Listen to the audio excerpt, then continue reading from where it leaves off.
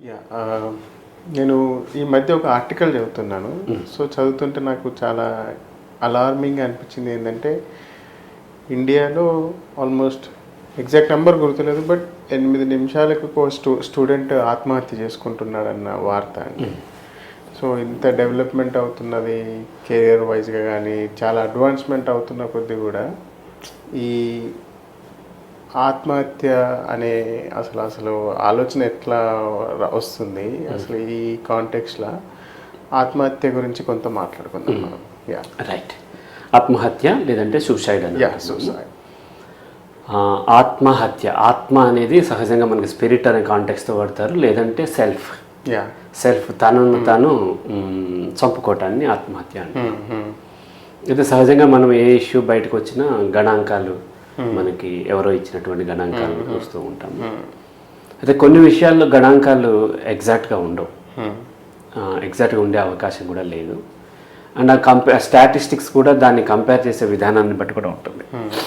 సహజంగా ఇతర దేశాలతో పోలిస్తే ఒక నిమిషానికో 8 నిమిషాలకో లేకపోతే 10 నిమిషాలకో హాఫ్ అన్ అవర్కో ఒకరు చనిపోతారు అనేది ఇండియాలో సహజంగా ఎక్కువ ఉంటుంది. మిగతా దేశాలు ఏంటంటే పాపులేషన్ ఎక్కువ, అక్కడ తక్కువ ఉంటారు, మన దగ్గర ఎక్కువ ఉంటారు. 140 కోట్ల మందిలో ఎక్కడొక్కడ జరిగే అవకాశం. 14 కోట్లలో ఉన్నప్పుడు ఆటోమేటిక్గా వాళ్ళకి 80 నిమిషాలకు ఒకటి, ఇండియాలో 8 మినిట్స్కి ఒకటి ఈక్వల్ అవుతుంది. అయితే ఈ గణాంకాలు కూడా ఎంతవరకు అంటే రిపోర్ట్ అయినటువంటి మాత్రం. రేప్ ఒకటి, సూసైడ్ ఒకటి, ఇవి రెండు రిపోర్ట్ అవ్వడం చాలా తక్కువగా ఉంటుంది. WHO ఏమంటుందంటే సంవత్సరానికి 7 లక్షల పైన సూసైడ్స్ వరల్డ్ వైడ్గా జరుగుతూ ఉన్నాయి అనేది చెప్తుంది. అది కేవలం రిపోర్ట్ అయినవి మాత్రమే. రిపోర్ట్ కానీ ఇంకా దానికంటే చాలా ఎక్కువ ఉండే అవకాశం ఉంది. అండ్ ఆత్మహత్యను కూడా చాలామంది ఆత్మహత్యగా తలసకుండా ఏ యాక్సిడెంట్ కింద ఇంకో దాని కింద భావించే కొన్ని కేసులు ఉంటాయి. కొన్ని కేసులు అంటే రకరకాల ఆత్మహత్యలు ఉంటాయి, వాటిని నార్మల్ డెత్ అనుకునే అవకాశం ఉంటుంది. ఇలా అనేక రకాలుగా అసలు ఆత్మహత్యను గుర్తించడమే తక్కువ అవుతుంది. ఆ తర్వాత రిపోర్ట్ అయ్యేది ఇంకా తక్కువ ఉంటుంది, గణాంకాలు ఇంకా దాంట్లో అఫీషియల్లీ నిర్ధారణ. ఎందుకంటే ఇండియా లాంటి దేశాల్లో ఒకటి రిపోర్ట్ చేయాలి అంటే ఆ తర్వాత చాలా మళ్ళీ లీగల్ ఇష్యూస్ ఉంటాయి. పోలీసులు వస్తారు, వచ్చి రకరకాల ఇబ్బందులు పెడుతుంటారు, ఇటువంటివన్నీ ఉంటాయి. కాబట్టి చాలా వరకు సర్దేసుకుందాము అన్నది ఈ యొక్క కల్చర్లో, బిలీఫ్ సిస్టంలో ఆ విధంగా ఉంది. అయితే ఆత్మహత్యలు ఎక్కువగానే జరుగుతూ ఉంటాయి. ఆత్మహత్యలు మనం ఫస్ట్ తీసుకున్నట్లయితే తనను తను చంపేసుకోవటం అంటే డెత్ అనేది ప్రతి జీవరాశికి ఉంటుంది, ప్రతి వ్యక్తికి ఉంటుంది, ఉండాలి కూడా, అనివార్యం, అది సహజము. డెత్ లేకపోతే జీవితం చాలా భయంకరంగా ఉంటుంది. ఏదైనా ముగిసిపోయే దాని పట్లే ఇంట్రెస్ట్ ఎక్కువ ఉంటుంది. మనం సినిమాకి వెళ్ళామనుకోండి, అదొక 2.5 అవర్స్లోనో 3 అవర్స్లోనో ముగిసిపోతుంది. కాబట్టి చిన్నప్పుడైతే నేను సినిమాకి వెళ్తే ఇంకొంచేపు ఉంటే బాగుండు, కొంచెంసేపు ఉంటే బాగుండు, స్టోరీ అయిపోయినా సరే ఇంకొంచేపు ఉంటే, అంటే అది ముగిసిపోయే దాని పట్ల ఆశ ఎక్కువ ఉంటుంది. ఎప్పుడు అలాగే ఉండే దాని పట్ల ఆశ ఉండదు. అది ఇంక్లూడింగ్ ఈవెన్ రిలేషన్స్లో కూడా పెళ్ళైన వాళ్ళ దగ్గర భార్యాభర్తల మధ్య కంటే కూడా బయట వారి మీద ఎక్కువ ఆశ ఉంటుంది, లేకపోతే అట్రాక్షన్ ఉంటుంది. సముద్రపు తీర ప్రాంతాల్లో పెరిగే వాళ్ళకి సముద్రం కంటే కూడా వచ్చిపోయేటువంటి ఇంద్రధనుసు మీద ఎక్కువ వాళ్ళకి అట్రాక్షన్ ఉంటుంది. ఎందుకంటే అది ఎక్కువసేపు ఉండదు, ముగిసిపోతుంది కాబట్టి. అలాగే జీవితం కూడా ఏదో ఒక టైంలో ముగిసిపోతుంది అనే అవేర్నెస్ ఉండాలి, ముగిసిపోవాలి కూడా. మనం ఎంతసేపు మనిషి చావుని ఎదిరించి చావుని జయిస్తాడు అనేటువంటిది ఏదో కనిపెడతారు, మృత్యువుని. అవన్నీ కనిపెట్టలేరు. అండ్ కనిపెట్టినా సరే మరింత దారుణంగా తయారవుతుంది జీవితం, అటువంటిది ఉండదు. కాబట్టి ఏదో ఒక టైంలో ముగిసిపోవాలి. సహజ మరణం అంటే సహజంగా మనం ఏమనుకుంటామంటే కొంత వయసు వచ్చిన తర్వాత, పూర్వపు రోజుల్లో ఎక్కువ ఉండేది, ఇప్పుడైతే 70 ఇయర్స్ 80 ఇయర్స్ అనేది 70 to 80 ఇయర్స్ ఏజ్లో ఎక్కువ మంది సహజ మరణం పొందుతున్నారు. కాబట్టి మనకు ఊహ తెలిసిన తర్వాత, ఆలోచన వచ్చిన తర్వాత మన జీవితాన్ని 70-80 ఇయర్స్కి మనము ఊహించుకుంటాం. ఒక ఇమేజ్ మనం ఏర్పరచుకుని దానికి తగ్గట్టుగా భవిష్యత్తు గురించి, చిన్నపిల్లలు అయితే తమ చదువుల గురించి, కెరీర్ గురించి రిలేషన్షిప్స్ గురించి, మ్యారేజ్, పిల్లలు, ఆ తర్వాత ఇంకా పెద్ద అయిన తర్వాత ఇంకా అదంతా కూడా వాళ్ళొక ఇమేజ్ని క్రియేట్ చేసుకుని ఉంటారు. ఆ టైంలో చనిపోతాము అనేటువంటి బిలీఫ్తోని దాదాపుగా 100% అంతే ఉంటుంది. అది కొంతమందికి 70 కావచ్చు, 80 కావచ్చు, కొంచెం అటు ఇటుగా రఫ్గా ఒక ఇమేజ్ ఉంటుంది. కానీ ప్రతి వ్యక్తి అలాగే చనిపోతాడా అంటే చెప్పలేము. అంతకంటే ఎక్కువ కూడా కాలం కూడా బ్రతికే వాళ్ళు ఉంటారు. అండ్ అంతకంటే ముందు కూడా సహజ మరణం పొందవచ్చు, లేదంటే ఏదన్నా జబ్బులు చేసి చనిపోవచ్చు, లేదంటే యాక్సిడెంట్ అయి చనిపోవచ్చు. ఇవన్నీ కూడా మన పరిధిలో లేనటువంటి యాక్సిడెంట్స్. చాలా వరకు మనం కేర్ తీసుకున్నట్లయితే చాలా వరకు వ్యవస్థ, ప్రభుత్వాలు కానీ, సమాజం కానీ, లేకపోతే ఆ వ్యవస్థలు కానీ కేర్ తీసుకున్నట్లే యాక్సిడెంట్స్ని చాలా వరకు తగ్గించవచ్చు. కానీ ఆత్మహత్యలు కూడా చేసుకుని చాలామంది సరిపోతున్నారు. దాదాపుగా 0.1% ప్రతి దేశంలోనూ 0.1 నుంచి 2% దాకా వాళ్ళు చనిపోతూ ఉన్నారు. ఈ ఆత్మహత్యలు మనము ఖచ్చితంగా దాన్ని, ఆత్మహత్య అంటే తనే చనిపోతున్నాడు. ఒక వ్యక్తికి, ఒక జీవరాశికి జీవితం అనేది అన్నిటికంటే అపూర్వమైంది. నేను ఈ మధ్య ఒక కొత్త థెరపీని నేను డెవలప్ చేస్తున్నాను.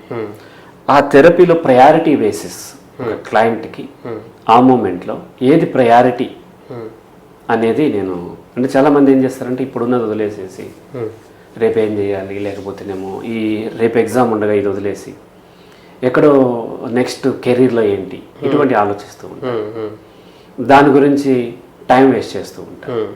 కాబట్టి ఆ క్షణంలో ఏది ప్రయారిటీ అనే దాంట్లో ప్రయారిటీస్ అండ్ లిమిటేషన్ బేస్ చేసుకుని ఒక థెరపీని డెవలప్ చేస్తాం. అయితే అందులో అల్టిమేట్ ప్రయారిటీ ఏంటంటే లైఫ్. ఏ వ్యక్తికైనా అల్టిమేట్లీ లైఫ్ ఒకటే ఇంపార్టెంట్. ఏ జీవరాశికైనా సరే, ఏ జీవరాశికైనా అల్టిమేట్లీ లైఫ్. అయితే జీవితం ఎందుకు అంత అల్టిమేట్ ప్రయారిటీ అయిందంటే దాన్ని మళ్ళీ మనం క్రియేట్ చేయలేము, డిస్ట్రాయ్ చేయగలం తప్ప మళ్ళీ క్రియేట్ చేయలేము. కాబట్టి తక్కువ జీవాన్ని నాశనం చేస్తూ, అంటే ఏదో ఒక దాన్ని నాశనం చేయకుండా ఏ జీవరాశి బ్రతకలేదు. ఆహారం కోసం పులి జింక మీద ఆధారపడాల్సింది, జింక ఆ గడ్డి మీద ఆధారపడాల్సింది, గడ్డి కూడా జీవమే. కాబట్టి అనవసరంగా జీవాన్ని నాశనం చేయకుండా, జీవితాన్ని నాశనం చేయకుండా జీవించాలనేది ఆ థెరపీలో ఫస్ట్ రూల్ అన్నమాట. ప్రయారిటీ జీవితం. అది తన జీవితం కావచ్చు, ఇతరుల జీవితం కావచ్చు. జీవితానికి అల్టిమేట్ ప్రాధాన్యత ఇవ్వాల్సినటువంటి అవసరం. అటువంటి అపూర్వమైన జీవితాన్ని మనిషి తనకు తనగా కిల్ చేసుకుంటున్నాడు. గమనిస్తే జంతువులు ఏవి కూడా సూసైడ్ చేసుకోవు, ఏ జీవరాశి కూడా. మనిషి తప్ప ఏ జీవరాశి సూసైడ్ చేసుకోవు. చాలామంది అంటూ ఉంటారు ఆ కుక్క యజమాని చనిపోతే తను చనిపోయింది తిండి తినకుండా. అది బెంగతో చనిపోయింది, తనకు చనిపోవాలని లేదు. తను అడిక్ట్ అయిందో లేకపోతే ఇంకో విధంగా యజమానికి అలవాటు అవడం వల్ల ఆ మిస్ అయిన ఫీలింగ్లో తిండి సహించక తినలేక తన అనారోగ్యంతో చనిపోయి ఉండొచ్చు. అలాగే లాస్ట్ మినిట్లో కోతి వెళ్ళిపోయి ఇట్లా తపస్సు చేసుకొని చనిపోద్దని, లేకపోతే సింహం అట్లా గోతులో దూకి చనిపోతుంది.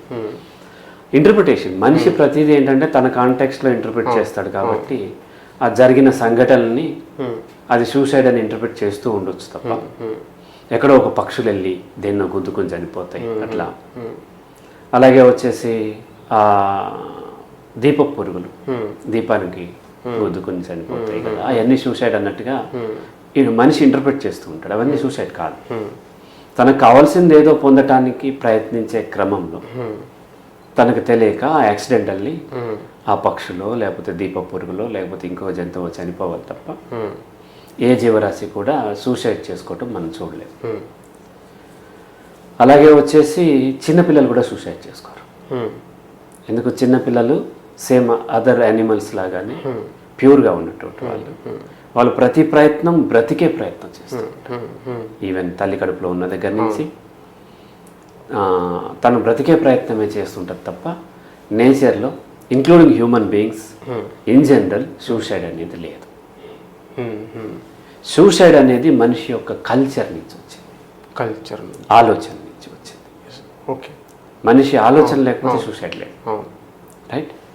సో ఈ మధ్య ఎక్కడో ఒక రోబో సూసైడ్ చేసుకుందని మనకి న్యూస్ వచ్చింది. ఇది కూడా ఏంటంటే ఇంటర్ప్రిట్ చేసి సెన్సేషన్ చేయటం కోసం మనకి పెడుతూ ఉండొచ్చు.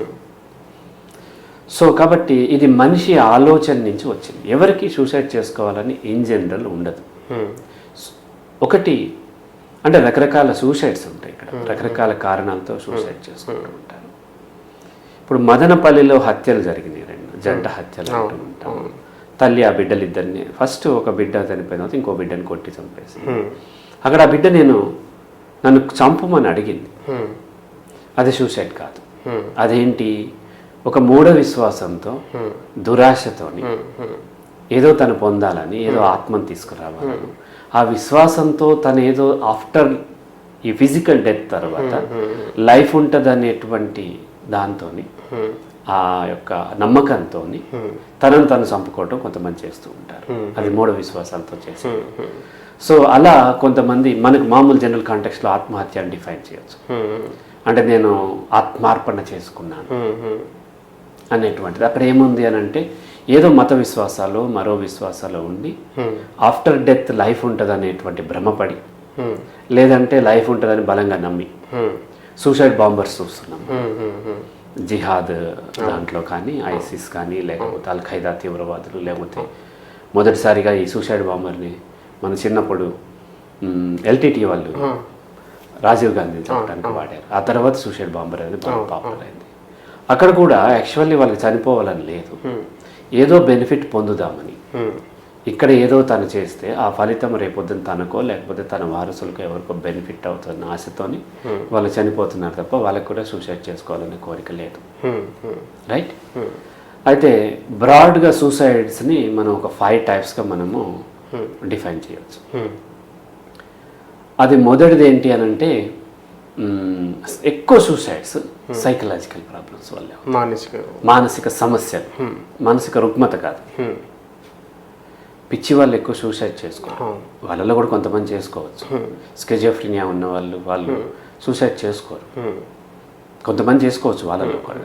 కానీ మానసిక సమస్య, ఈ మానసిక సమస్య అంటే ఏంటి అని అంటే, తను భరించలేనటువంటి ఒత్తిడికి లోనవుతున్నాడు. ఐదర్ యాంగ్జైటీ, ఆందోళన వలన కానీ, లేదంటే డిప్రెషన్ అంటే తీవ్రమైనటువంటి బాధ వలన కానీ, జరిగిపోయిన విషయాలు, పేర్లు ఏమైనా పెట్టుకోండి, పేర్లు ఫలానా మ్యానియా, ఫలానా ఫోబియా, ఫలానా డిజార్డర్, డిసీజ్, ఏ పేర్లు పెట్టుకున్నా ఐదర్ భవిష్యత్తు గురించినటువంటి భయం, లేదంటే జరిగిపోయిన దాని గురించినటువంటి బాధ, ఈ రెండిటి వల్ల అల్టిమేట్లీ ఎక్కడికి వస్తుంది, ప్రెజెంట్లో వస్తుంది. పాస్ట్లోది ఫ్యూచర్లోది కలిపి ప్రెజెంట్లో తన తీవ్రమైనటువంటి ఒత్తిడికి లోనైనప్పుడు, ప్రాపర్గా ట్రీట్ చేయనప్పుడు, దాన్ని ప్రాపర్గా ట్రీట్ చేయటం ఏంటంటే ప్రాపర్ కౌన్సిలింగ్తోని ఆ యొక్క సుడిలోంచి బయటపడనప్పుడు, ఆ సుడిలోనే కొట్టుకుంటూ ఉన్నప్పుడు, ఆ తీవ్రమైన స్ట్రెస్ని తట్టుకోలేక దీనికంటే నా జీవితాన్ని అంతమొందించుకోవటం మేలు అని నమ్మిన వాళ్ళు, అంటే ఆ పెయిన్ కంటే ఇది తక్కువ ఉంటుంది, ఆ పెయిన్ ఇంతకంటే నేను భరించలేనని నమ్మిన వాళ్ళు. ఇక్కడ బిలీఫ్ ఇంపార్టెంట్, నమ్ముతున్నారు, పెర్సెప్షన్. అదే పెయిన్ వేరే వాళ్ళు ఈజీగా తీసుకుంటూ ఉండొచ్చు. సైకలాజికల్ ప్రాబ్లమ్స్ అన్నీ కూడా ఇండివిజువల్ తేడా ఉంటుంది పెర్సీవ్ చేసే. ఆ వ్యక్తి ఆ పెయిన్, అది చిన్న పెయినే కావచ్చు, బర్త్డేకి తన ఫాదర్ డ్రెస్ కొనివ్వలేదు అనే ఆ చిన్న దాంతో కూడా సూసైడ్ చేసుకునే వాళ్ళు ఉంటారు. అలాగే తను అడిగిన సీరియల్ పెట్టలేదని, మొబైల్ కొనివ్వలేదని, లేకపోతే రిమోట్ ఇవ్వలేదని, లేకపోతే భర్త తన మాట వినటం లేదని, తన ఫేవరెట్ హీరోని అవమానించాడని, ఇవన్నీ కూడా మనము మానసికమైన వాటి కింద పరిగణించాం. మానసిక సమస్యల్లో ఉండి కౌన్సిలింగ్ అవసరం ఉండి ఓసిడి, డిప్రెషన్, ఇవి వేరు. కానీ ఇవి కూడా అంశాలు మానసికమైనవి. భర్త తన ఫేవరెట్ హీరోని తిట్టాడు, అవమానించాడు, లేకపోతే తీసి పడేస్తూ మాట్లాడాడు అనేటువంటి అవమానం భరించలేక అమ్మాయి సూసైడ్ చేసుకుంటాడు. లేదంటే తండ్రిని ఏదో అన్నాడను, లేకపోతే భార్య తనని ఏదో అందాను, భార్య అనుమానించిందను, ఇట్లా కూడా సూసైడ్ చేసి, ఇవి కూడా మానసికమైనటువంటి అంశాలు. అంత చిన్నదానికి ఎందుకు సూసైడ్ చేసుకుంటున్నారు అని నార్మల్ పీపుల్, సమాజానికి అనిపించవచ్చు, మీడియా కనిపించవచ్చు, లేకపోతే మామూలు ఇంటెలెక్చువల్స్ కనిపిస్తూ ఉండవచ్చు. కానీ అది మనకు చిన్నది, వాళ్ళకి చాలా పెద్దది. ఏ వ్యక్తి దేనికి ఎంత విలువ ఇస్తాడనేది తను పెరిగిన వాతావరణం. అందుకని ఈ మానసిక సమస్యలతో ఉన్న వాళ్ళని జడ్జ్ చేయొద్దు అని చెప్తూ ఉంటాం. చాలామంది ఎక్స్పీరియన్స్ లేని సైకాలజిస్టులు తొందరగా వాళ్ళ మీద కామెంట్స్ పాస్ చేస్తూ ఉంటారు. ఇంత చిన్నదే కదా నువ్వెందుకు చేస్తున్నావు, ఇట్లాంటివన్నీ అంటూ ఉంటారు. అది చిన్నది కాదు, మనకి చిన్నది, ఆ వ్యక్తికి చాలా పెద్దది అవ్వచ్చు. డాగ్ అంటే మీకు గుర్తొచ్చే డాగ్ వేరు, నాకు గుర్తొచ్చే డాగ్ వేరు. మీకు ఒక చిన్న పప్పీ డాగ్ చాలా క్యూట్గా ఉండేది మీకు గుర్తొస్తుండొచ్చు. నాకు పెద్ద అల్సేషన్ డాగ్ వెంటబడుతున్న సీన్ గుర్తుంది. మీకు అది గుర్తురాగానే చక్కగా పెదవుల మీద ఉంటుంది, నాకు అది గుర్తురాగానే హార్ట్ బీట్ రేట్ పెరిగిపోతుంది. మీరంటారు డాగ్ ఎందుకు భయపడుతున్నావు, డాగ్ చాలా చిన్నగా ఉంటుంది, క్యూట్గా ఉంటుంది, చెవులు వేలాడుతూ ఉంటాయి, బ్రౌన్ వైట్ ప్యాచెస్ ఉంటాయి అని చెప్తారు. నేను నా డాగ్కి కొంచెం సైజ్ తగ్గించుకుంటా మీ మాటల ద్వారా, కొంచెం క్యూట్నెస్ని అప్లై చేసుకుంటా, కొంచెం దానికి ఆ చెవులు వేలాడేసుకుని అల్టిమేట్లీ నా డాగ్కే కొంచెం క్యూట్నెస్ని అప్లై చేసుకుంటాను తప్ప మీ డాగ్ ఎప్పటికీ నాకు తెలియదు, నా డాగ్ కూడా మీకు తెలియదు. కాబట్టి మానసిక సమస్యల్లో ఉన్నవారు లేదా లేని వారైనా సరే, యాక్చువల్గా ఏంటంటే మానసిక సమస్య అంటూ ఏది లేదు. ఏ వ్యక్తి అయితే ఆ విషయంతో తను రెగ్యులర్ లైఫ్ లీడ్ చేయలేకపోతుంటే దాన్ని సైకలాజికల్ ప్రాబ్లమ్ అని కేటగిరీలోకి తెస్తున్నాం. అది ఏ విషయమైనా కావచ్చు. సో కాబట్టి నేచర్లో మానసిక సమస్య ఉన్న వాళ్ళు లేని వాళ్ళు అనే తేడా లేదు. సో అది ఎవరినైనా సరే అది వాళ్ళ అభిప్రాయము లేకపోతే వాళ్ళ బాధ ఎక్స్ప్రెస్ చేసినప్పుడు బాధను మాత్రమే ఎక్నాలజ్ చేయాలి తప్ప ఆ విషయాన్ని జడ్జ్ చేయొద్దని చెప్తుంటాను. విషయాన్ని జడ్జ్ చేస్తే వాళ్ళు తీవ్రంగా హర్ట్ అయ్యి ఒక్కొక్కసారి సూసైడ్ చేసుకునే అవకాశాలు, చాలా చిన్న మాటకే సూసైడ్ చేసుకుంటూ ఉంటారు. మార్కులు తక్కువ వచ్చినాయి, 98 మార్క్స్ వచ్చినాయని సూసైడ్ చేసుకునే వాళ్ళు ఉన్నారు. రైట్? ఎందుకు? ఆమెకు 98 తక్కువ, కొంతమంది 35 మార్క్స్ వచ్చి కూడా హ్యాపీగా తిరిగే వాళ్ళు కూడా ఉన్నారు. సో అక్కడ మనం బాధని అర్థం చేసుకోవాలి తప్ప ఆ విషయాన్ని కాదు. అలా ఈ మానసిక సమస్యల్లో ఉన్న వారి యొక్క ఇష్యూ చిన్నది అవ్వచ్చు, కానీ బాధ తీవ్రంగా ఉండి స్ట్రెస్ చాలా ఎక్కువ ఉండేసరికి ఆటోమేటిక్గా వాళ్ళు సూసైడ్ చేసుకునే అవకాశాలు ఉంటాయి. అందుకని నేను ఏం చెప్తాను అంటే ఇక్కడ ఎక్కువ టైం స్పెండ్ చేస్తున్నాను. ఎందుకంటే ఎక్కువ మందిలో ఇదే ఉంటుంది, ఈ ఇష్యూ వల్ల ఎక్కువ మంది సూసైడ్ చేసుకుంటారు. చాలా మానసిక సమస్య ఉన్న వాళ్ళకి లేదంటే ఓసిడి ఎక్కువగా నేను డీల్ చేస్తున్నాను. వాళ్ళు ఇతరులకు ఏమనిపిస్తూ ఉంటారంటే ఒక ఎండమావి అంటే దూరంగా అట్లా వాటర్ లాగా కనిపిస్తూ ఉంటుంది లైట్కి, ఎండకి. ఎండమావిని చూసి వీళ్ళు వరదల్లాగా భావిస్తున్నారు, అంత చిన్నదాన్ని ఎందుకు ఇంత బాధపడుతున్నారు అనిపిస్తుంది మనకి, నార్మల్ పీపుల్. కానీ వాళ్ళకి ఆ ఎండమావి ఒక సునామీ లాగా వస్తూ ఉంటుంది. ఒక 70-80 అడుగుల అలా వస్తుంటే ఎలా ఉంటుందో అంత భయంకరంగా వాళ్ళకు. కాబట్టి వాళ్ళ కాంటెక్స్ట్లో మనం చూసి ఫస్ట్ వాళ్ళ బాధను రికగ్నైజ్ చేయాలి తప్ప ఆ విషయాన్ని తీసిపడేయకూడదు. చాలామంది సైకాలజిస్టులు, సైకియాట్రిస్టులు కామెంట్ చేసి ఇంత చిన్నదానికి ఇట్లా ఎందుకు చేస్తున్నావు, నువ్వేమో స్టూపిడ్వా, వాళ్ళు అట్లా చేయలేదు, ఇట్లా కంపేర్ చేసి చూస్తూ ఉంటారు. అలా ఇప్పుడు కూడా చేయకూడదు. ఇక్కడ ఈ సమస్య ప్రాపర్గా ట్రీట్ చేయకపోవటం, ప్రాపర్ కౌన్సిలింగ్ లభించకపోవటం, వరల్డ్ వైడ్గా, నాట్ ఓన్లీ ఇండియా, వరల్డ్ వైడ్గా కూడా కౌన్సిలింగ్ అనే దాన్ని ప్రాపర్ కౌన్సిలింగ్ లేదు. అయితే ఇక్కడ ఏమవుతుందంటే కౌన్సిలింగ్ అనగానే ఏ సమస్య వచ్చినా కౌన్సిలింగ్తో బయటపడవచ్చు. కౌన్సిలింగ్ అనగానే ఇమేజ్ ఏంటి, ఒకసారి వెళ్తే ఏదో సైకాలజిస్ట్ ఏదో చెప్పేస్తాడు బయటకు వచ్చేస్తాడు అన్నంత ఈజీగా చూస్తూ ఉంటారు ఏ సమస్యనైనా సరే. అంత తేలిక కాదు. కౌన్సిలింగ్ అనేది చాలా లాంగ్ రన్ ఉంటుంది, 2 నుంచి 3 నెలలు, 6 నెలలు, కొంతమందికి 1 year కూడా ఉంటుంది. ఎక్స్పెన్సివ్ అవుతుంది, బికాస్ ఆ సైకాలజిస్ట్ చాలా టైం స్పెండ్ చేయాలి కాబట్టి ఎక్స్పెన్సివ్ అవుతుంది. కాబట్టి అంత పూర్తి కౌన్సిలింగ్ తీసుకుని బయటపడినటువంటి వాళ్ళు, లేదా కౌన్సిలింగ్ లేకుండా కేవలం మెడిసిన్ తీసుకుని దీర్ఘకాలంగా మెడిసిన్ మీద ఆధారపడిన వాళ్ళకు రకరకాల ఇబ్బందులు వచ్చే అవకాశం ఉంది. మందుల వలన సమస్య ఏంటి? ఇక్కడ సమస్య ఏంటి అని అంటే ప్రతిదానికి ఇమీడియట్ సొల్యూషన్ ఉంటుంది అనుకుంటారు. అలోపతిలో సహజంగా ప్రతిదానికి ఇమీడియట్ సొల్యూషన్ వచ్చేలాగానే డిజైన్ చేయబడతాయి. అయితే ప్రతిదానికి ఉందనుకుని భ్రమపడి ఏ మానసిక సమస్య వచ్చినా, లేకపోతే మానసిక సమస్య కాకపోయినా, పిల్లలు బాగా చదువుకోకపోయినా, ఎగ్జామ్ అంటే భయం వేసినా, ఏ సమస్య వచ్చినా ఏం చేస్తారంటే సైకియాట్రిస్ట్ దగ్గర పోయి మందులు వాడేస్తూ ఉంటారు. ఒక అమ్మాయి ఒక సినిమా చూసింది, ఆ సినిమా ఒక థ్రిల్లర్ మూవీ. ఆ థ్రిల్లర్ మూవీ చూసిన తను భయపడింది. ఇది సహజం. అలా భయం 2-3 రోజులు ఉంటుంది, ఒక్కొక్కసారి వారం రోజులు కూడా ఉండొచ్చు. చీకట్లు వెళ్ళాలంటే భయపడుతుందని సైకియాట్రిస్ట్ దగ్గర తీసుకుంటే మందులు మొదలుపెట్టారు. మొదలుపెట్టిన తర్వాత ఇక మెల్లమెల్లగా వాటికి అడిక్ట్ అయిపోయింది, వయసు అయిపోయింది. చదువుకునే అమ్మాయి, మంచిగా చదువుకునేది. సడన్లీ మందులు ఆపేయటం వల్ల విత్డ్రావల్ సిమ్టమ్స్, మళ్ళీ దానికోసం మళ్ళీ మందులు, మళ్ళీ మానేయటం, ఇట్లా రకరకాల దాంట్లో కన్ఫ్యూజన్లోని ఆమెను డీ అడిక్షన్ సెంటర్లో పెట్టడం. దేని నుంచి డీ అడిక్షన్? మళ్ళీ వాళ్ళు ఇచ్చిన మెడిసిన్ నుంచి, దానికోసం వాడిన మెడిసిన్. అట్లా దాదాపుగా 11 సార్లు డీ అడిక్షన్ సెంటర్లో పెట్టడము, ఈసీటీలు చేయటము, ఆర్టీఎంఎస్ చేయటం. ఏమీ లేదు. సమస్య ఎక్కడ మొదలైంది? ఒక సినిమా చూస్తే, థ్రిల్లర్ మూవీ, ఏదో సైకో థ్రిల్లర్ మూవీ చూస్తే భయపడి ఆ భయాన్ని ఆమె ఎక్స్ప్రెస్ చేసినప్పుడు educated parents, so called educated parents కాబట్టి వెంటనే సైకియాట్రిస్ట్ దగ్గర తీసుకెళ్ళిపోయారు. అలాగే పిల్లలు చదువుకోవట్లేదనో ఇంకోటనో ఆ మందుల దగ్గరికి వెళ్ళినప్పుడు మందులు లేవు, మనం అర్థం చేసుకోవాలి. మానసికమైనటువంటి అంశాలు మందులు డీల్ చేయలేవు. అయితే అప్పుడప్పుడు కొంత అవసరం ఉండొచ్చు. అది దేనికి? అది టెంపరీగా ఆ ఉధృతిని తగ్గించడానికి తప్ప దాన్ని మార్చేసేటువంటి మందులు లేవు. ఫలానా ఆలోచనను తీసేసే మెడిసిన్ కానీ, ఫలానా ఆలోచన ఇచ్చే మెడిసిన్ కానీ, అటువంటి మెడిసిన్ లేదు, ఈ భూమి మీదే లేదు.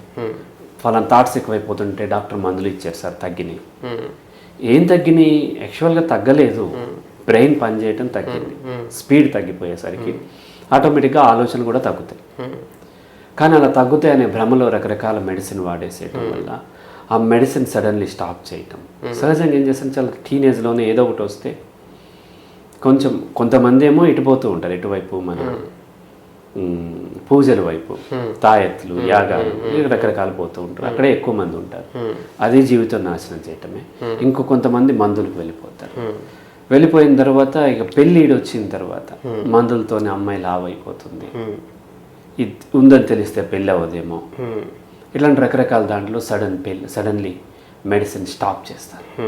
ఆ స్టాప్ చేసినప్పుడు కొంతకాలం, చాలా కాలం వాళ్ళు ఉగ్గబట్టుకుని ఉంటారు. ఈ సమస్య పెరిగిపోద్ది, విత్డ్రావల్ సిమ్టమ్స్తో ఎక్కువగా సూసైడ్స్ జరుగుతూ ఉంటాయి. ఒక కేసులో ఒక అబ్బాయి వచ్చాడు. తనకు ఓసిడి ఉంది, కానీ తను ఓసిడికి కౌన్సిలింగ్ రాదు. తన చెల్లి చనిపోయింది సూసైడ్ చేసుకుని. ఎందుకు చనిపోయిందో తెలుసుకోవాలని వచ్చాడు. మొత్తం అతను చెప్పిన వివరాలు అంటే, ఆమెకు ఎప్పటి నుంచో ఓసిడి ఉంది, దానికి మెడిసిన్ ఇప్పించారు. మెడిసిన్తో లావ్ అవుతుందని నువ్వే కంట్రోల్ చేసుకోవాలని పేరెంట్స్ తిట్టడము, అలాగే అన్నలు అక్కలు తిట్టడంతో తను కంట్రోల్ చేసుకోవాలని మానేయటము, పెరగటము, రకరకాల అన్నీ. ఒకసారి పళ్ళు ఎత్తుంది అని ఆ రాయి పెట్టి పళ్ళని కొట్టుకుంది అంటే వాళ్ళకి ఆలోచన దొరకదు. దాంతో బ్లీడింగ్ అయిపోతూ రావటం, ఇట్లాంటి అనేకం చేసిన తర్వాత లాస్ట్కి ఎట్లాగైతే పెళ్ళి చేయాల్సిందే అన్న దాంట్లో తను మందులు మానేసి అట్లాగే ఉన్న తర్వాత, పెళ్ళి అయిన తర్వాత అత్తగారింటికి వెళ్ళిన తర్వాత అక్కడ స్ట్రెస్ పెరిగిపోయి ఓసిడి పెరిగిపోతుంటే అది కంప్లైంట్ చేస్తుంటే తన కుటుంబం వాళ్ళు, నీ ఓసిడి బయటపడితే నీ భర్త అత్తమామల్ని వదిలేస్తారు, డైవోర్స్ తీసుకుంటారని భయపెట్టడం, ఎమోషనల్ బ్లాక్మెయిల్ చేయడం. దాంతో భయపడిపోయి ఇంకా అలాగే ఉండిపోయి లాస్ట్కి సూసైడ్ చేసుకుంటాం. ఇలా అనేక కారణాల చేత, మానసికమైనటువంటి కారణాల చేత ఎక్కువ ఆత్మహత్యలు జరుగుతూ ఉంటాయి. ఇది మొదటిది.